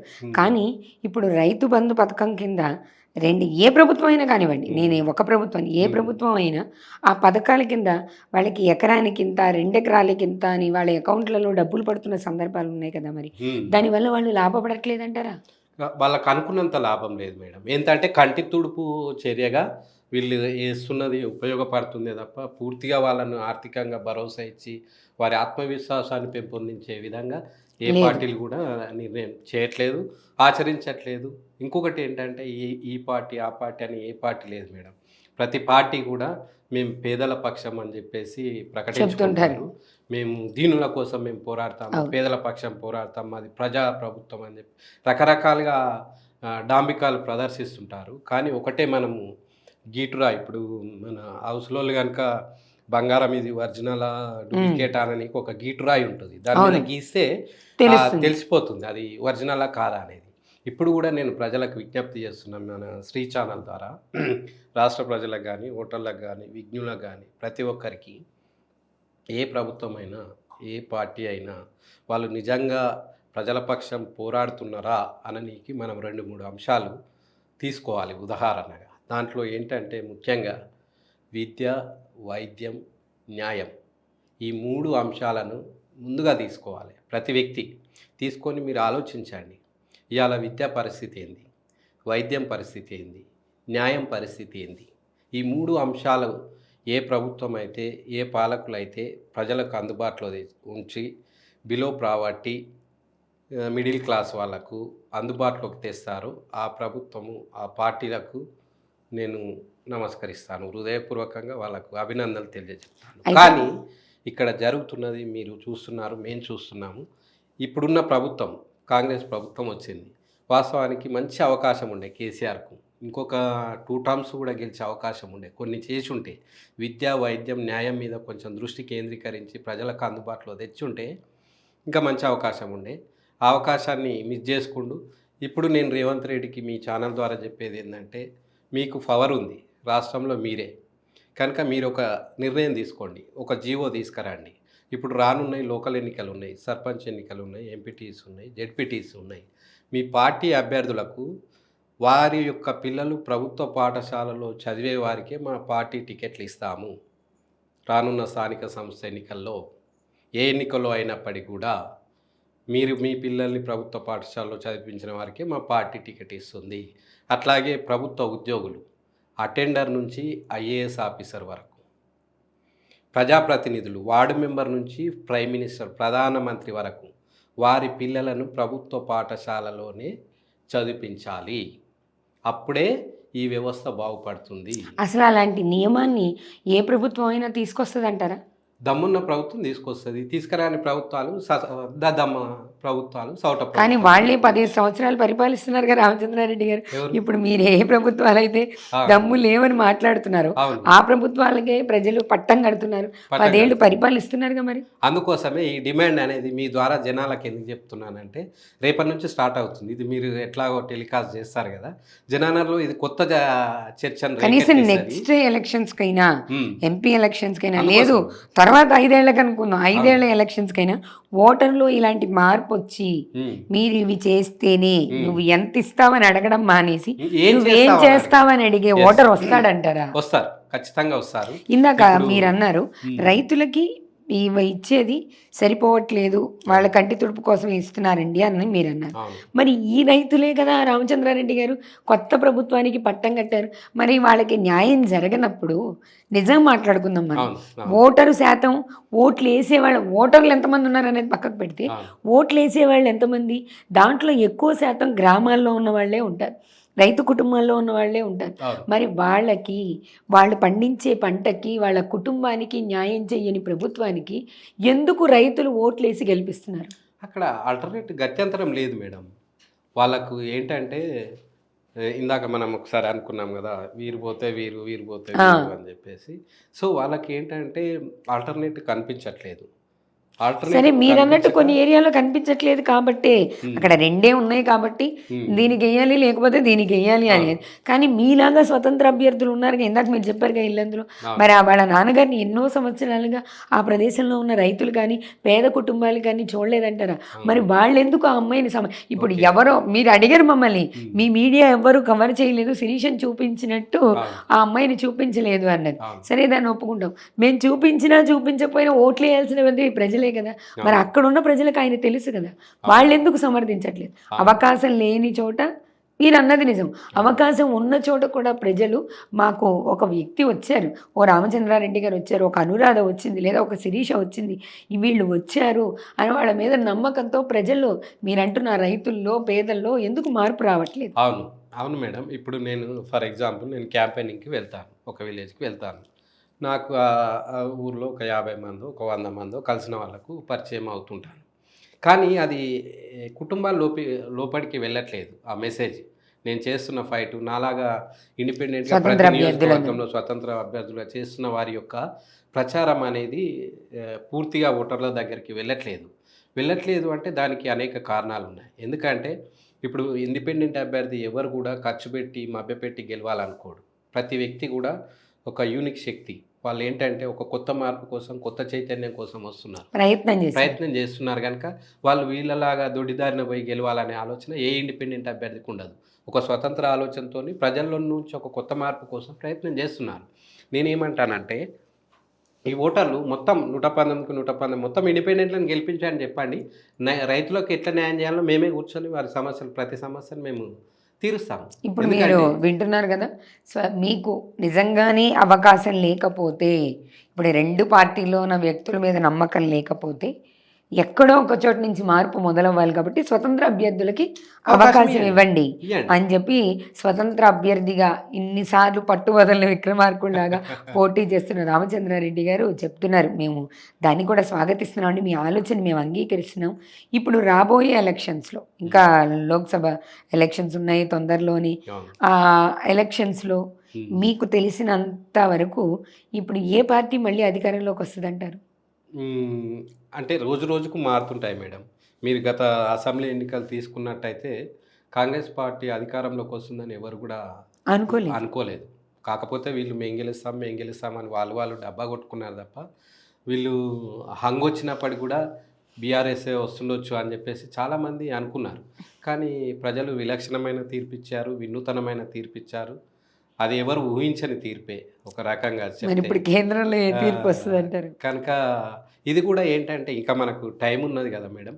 సో ఇప్పుడు మనం ప్రెడిక్ట్ చేయలేము, ఊహించలేము. ఎందుకంటే ఓటు అనేది ఒక్క క్షణం, ఆ క్షణం వరకు కూడా ఏదైనా జరగవచ్చు. మనిషి ఆలోచన పరుడు, ఏమైనా జరగవచ్చు. ఇప్పుడు అక్కడికి వెళ్ళే వరకు కూడా ఓకే అనుకుంటూ పోతాడు, అక్కడికి వెళ్ళినాక కూడా మారవచ్చు, ఆ క్షణంలో కూడా మారవచ్చు. కనుక మనం ఈ పార్టీ ఆ పార్టీ అనలేము. కాకపోతే కాంగ్రెస్కి ఒక అవకాశం ఉంది, మంచి అవకాశం ఉంది. ఎందుకంటే దాన్ని ఎలా అంటే ఇప్పుడు నేను అన్నాను కదా, వార్డు మెంబర్ నుంచి ప్రైమ్ మినిస్టర్ వరకు, అటెండర్ నుంచి ఐఏఎస్ ఆఫీసర్ వరకు వీళ్ళు ఒక స్పెషల్ జీవో తీసుకురమ్మని చెప్పండి. మీ పిల్లల్ని ప్రభుత్వ పాఠశాలలో చేర్పించండి. కొన్ని రాష్ట్రాల్లోనేగా కాంగ్రెస్ ప్రభుత్వం ఉంది. ఇప్పుడు అన్ని చోట్ల మనం రాష్ట్ర ప్రభుత్వంలో చేయగలరు, కానీ మనం మాట్లాడేది ఇప్పుడు ఎంపీ ఎలక్షన్స్ గురించి కదా. మిగతా రాష్ట్రాల్లో అవకాశం లేదు కదా, వాళ్ళు రూల్ తీసుకొచ్చడానికి ఇంకా అవకాశం లేదు, అధికారం రాలేదు కదా. ఎస్, అయితే ఇక్కడ ఏంటంటే ఈ రాష్ట్రం వరకు వీళ్ళు తీసుకుంటే కనుక ఇది మిగతా రాష్ట్రాలకు కూడా వర్తింపజేసుకుంటే వాళ్ళకి బెనిఫిట్ అవుతుంది, నేషనల్ లెవెల్లో కూడా బెనిఫిట్ అవుతుంది. ఇప్పుడు వాళ్ళు జాతీయ పార్టీ కనుక జాతీయ పార్టీని అనౌన్స్ చేయమని చెప్పండి, నష్టమే ఉంది. మేము కనుక అధికారంలోకి వస్తే ప్రతి ప్రభుత్వ ఉద్యోగి వారి పిల్లల్ని ప్రభుత్వ బడిలోనే చేర్పించేటట్టుగా మా పరిపాలన ఉంటుంది. ఇది కొత్త అంశం, మంచి అంశం మేడం. జనాలలో ఒక ఆలోచన రేకెత్తించే అంశం. ఓట్లు ఇదే అంశాన్ని ఇప్పుడు జాతీయ పార్టీగా ఉన్న బీజేపీ పార్టీ ఆల్రెడీ ఒక రాష్ట్రంలో అమలు చేసి చూపిస్తుంది కదా. రామచంద్రారెడ్డి గారు అక్కడ ఆదరణ పెరిగిపోతుంది కదా. ఇప్పుడు మరి వాళ్ళు అదే అంటారు కదా, మీరు ఇదే మేనిఫెస్టోలో పెట్టారనుకోండి, పెడితే మేము ఆల్రెడీ చేసాం కదా, వాళ్ళు చేస్తామని చెప్తున్నారని ఇప్పుడు ప్రభుత్వంలో ఉన్న అధికార పార్టీ చెప్పలేదంటారా? వస్తుంది, ఎందుకంటే ఆయన ఇంప్లిమెంట్ చేసే కదా దేశానికి ఆదర్శంగా నిలబడిన ముఖ్యమంత్రిగా కనిపిస్తున్నారు. అవును. సో దాన్ని ఇప్పుడు మంచిని ఎవరైనా స్వీకరించవచ్చు మేడం. ఈ పార్టీ ఆ పార్టీ అనేది ఏముంది, సరే మీరు చేయండి మేము చేస్తాము, అది మంచి ఆలోచనే. ప్రజలు ఎవరిని నమ్మేది అనేది వాళ్ళ ఇష్టము అని చెప్పేసి వీళ్ళు చెప్పుకోవచ్చు. వీళ్ళకి మంచి అవకాశం. వీళ్ళకు ఇప్పుడు మళ్ళీ పార్లమెంట్లో గెలవడానికి రాష్ట్రంలో ఉన్న ఎంపీ సీట్లు పెరగాలనుకుంటే ఇలాంటి కొత్త ఆలోచనలు తీసుకొచ్చి వాటిని బిఫోర్ ఎన్నికల లోపే దానికి ఒక జీవో రూపంలో తీసుకొచ్చి ప్రజల విశ్వాసం చూరగొన్నట్టయితే, వాళ్ళకు నమ్మకాన్ని కల్పించినట్టయితే, ఎవరైతే ఈ విషయంలో ముందుకు పోతారో, బీజేపీ పార్టీ అనుకోండి, కాంగ్రెస్ అనుకోండి, మిగతా ఇక బీఆర్ఎస్ అంటే చెప్పలేం, దానికి కొంతకాలం రెస్ట్ ఇస్తుండొచ్చు ప్రజలు, దాన్ని తొందరగా యాక్సెప్ట్ చేయకపోవచ్చు అని అనుకుంటున్నాను. మిగతా పార్టీలకు మంచి అవకాశం. సో జాతీయ స్థాయిలో చూసినప్పుడు ఇప్పుడు ప్రధాన పోటీ అయితే నాకు తెలిసి బీజేపీ వర్సెస్ కాంగ్రెస్ మధ్యలోనే ఉండబోతుంది రానున్న ఎంపీ ఎన్నికల్లో. కనుక వీళ్ళు ఎవరైనప్పటికీ కూడా ఈ రకమైన కొత్త ఆలోచనలు చేసి ప్రజలను ఎవరైతే వారి మన్ననలు పొందుతారో వారు అధికారంలోకి వచ్చే అవకాశం. ఏదేమైనా ఇక దేశ రాజకీయాలు పక్కకు పెడితే రాష్ట్ర రాజకీయాల్లో మీలాంటి స్వతంత్ర అభ్యర్థులు, అంటే మంచి భావాలతో సదుద్దేశంతో నిజాయితీగా రాజకీయాల్లోకి వస్తున్న స్వతంత్ర అభ్యర్థులు భవిష్యత్ కాలంలో గెలుపు చూడాలి. అంటే మీరు అనుకుంటున్న గెలుపు మేము ఆహ్వానిస్తున్నాం, కానీ ప్రజలందరూ కోరుకున్న గెలుపు వస్తేనేగా మీరు అనుకున్న సేవ చేయగలుగుతారు. అలాంటి గెలుపు చూడాలి అని మేము మనస్ఫూర్తిగా కోరుకుంటున్నాం. రాబోయే ఎలక్షన్స్లో మీరు ఎక్కడైతే పోటీ చేయబోతున్నారో ఆ చోట ఈసారి ఖచ్చితమైన గెలుపు రావాలి, మీ సేవలు ప్రజల దాకా వెళ్ళాలి అని మేము మా వ్యూవర్స్ తరపున, మా ఛానల్ తరపున కూడా మనస్ఫూర్తిగా కోరుకుంటున్నామండి. ప్రజల్ని గెలిపిద్దాం, నేను గెలవడం కాకుండా ప్రజల్ని ఒకసారి గెలిపిద్దాం అనేది నా ఆలోచన. ఎప్పుడు నేను గెలవాలనే ఉద్దేశం నాది కాదు, ప్రజల్ని ఒకసారి గెలిపించాలి. ఆ గెలుపు ఎలా ఉంటుందో చూపించాలి, ఒక రుచి చూపించాలి. నా డ్రీమ్ ఏముండే అంటే ఒక BBC న్యూస్ని తీసుకురావాలి, ఒక ఇంటర్నేషనల్ మీడియాని తీసుకొచ్చి ఇంతమంది పార్టీలు మభ్యపెడుతుంటే కూడా ఓటర్లు విచక్షణతో ఆలోచించి ఒక నిస్వార్థమైన రాజకీయాల కోసం, ప్రజాస్వామ్యాన్ని పరిరక్షించడం కోసం ఆలోచించి ఓటేసి ఒక కొత్త మార్పుని తీసుకొచ్చిర్రు, ఒక కొత్త విప్లవాన్ని ప్రపంచానికి పరిచయం చేయాలి. దాని ద్వారా ప్రజల గుర్తింపు ఇంకా ఎక్కువ వస్తుంది మేడం. అప్పుడు ప్రజలకే గుర్తింపు, నాకంటే ఎక్కువ గుర్తింపు కూడా ప్రజలకు వస్తుంది. ఎందుకంటే 119 నియోజకవర్గంలో ఒక ఆలేరులో ఒక డబ్బు రాజకీయాలు కాకుండా ఓటర్లు ఒక విచక్షణతోనే వేసిర్రా, ఒక కొత్త మార్పుకు నాంది పలికిర్రా అంటే అప్పుడు ఆ లాభం వాళ్ళకే వస్తుంది. అలాంటి మార్పు ఎక్కడో ఒక దగ్గర జరగాలి, జరిగితే మిగతా వాటికి కూడా వ్యాపిస్తుంది అనేది ఖచ్చితంగా అలాంటి మార్పు రావాలని కోరుకుంటున్నాను. Thank you very much. చూశారు కదా, రాజకీయాన్ని ఎప్పుడు వ్యాపార ధోరణిలో చూస్తున్నంత కాలం సమాజంలో మార్పులు రావు. మనం ఎన్ని సమావేశాలు పెట్టినా, ఎంత మాట్లాడినా మార్పు రావాల్సింది ఖచ్చితంగా మనిషిలో. ఓటరు మారాలి, ఆలోచన విధానం మారాలి. స్వతంత్ర అభ్యర్థి ఏం చేయగలడు అంటే మనం అవకాశం ఇస్తే ఏం చేయగలమో మేము చూపిస్తాం అని సమాజం మీదకి సవాల్ విసిరారు రామచంద్రారెడ్డి గారు. ఆలోచించండి, మనకి సేవ చేసేవాళ్ళని, నిస్వార్థంగా పనిచేసేవాళ్ళని ఎన్నుకొని మనం అసెంబ్లీకో పార్లమెంటుకో పంపించగలిగితేనే తరువాతి తరాల్లో మన పిల్లల భవిష్యత్తు బంగారమయమవుతుంది. ఎన్నో ఆలోచనలతో విద్యావంతులైనటువంటి వ్యక్తులు రాజకీయాల్లోకి రావాలన్నా, యువత రాజకీయంలోకి వచ్చి మనకి సేవ చేయాలన్నా మన ఆలోచన విధానం మారాలి. ఓటుని అమ్ముకోవడం కాకుండా ఓటుని నమ్ముకొని సమాజాన్ని నిర్మించే ఓ నూతన సమాజానికి నాంది పలుకుదాం. ఆలోచించండి. మరో అతిథితో మళ్ళీ కలుద్దాం. నమస్తే.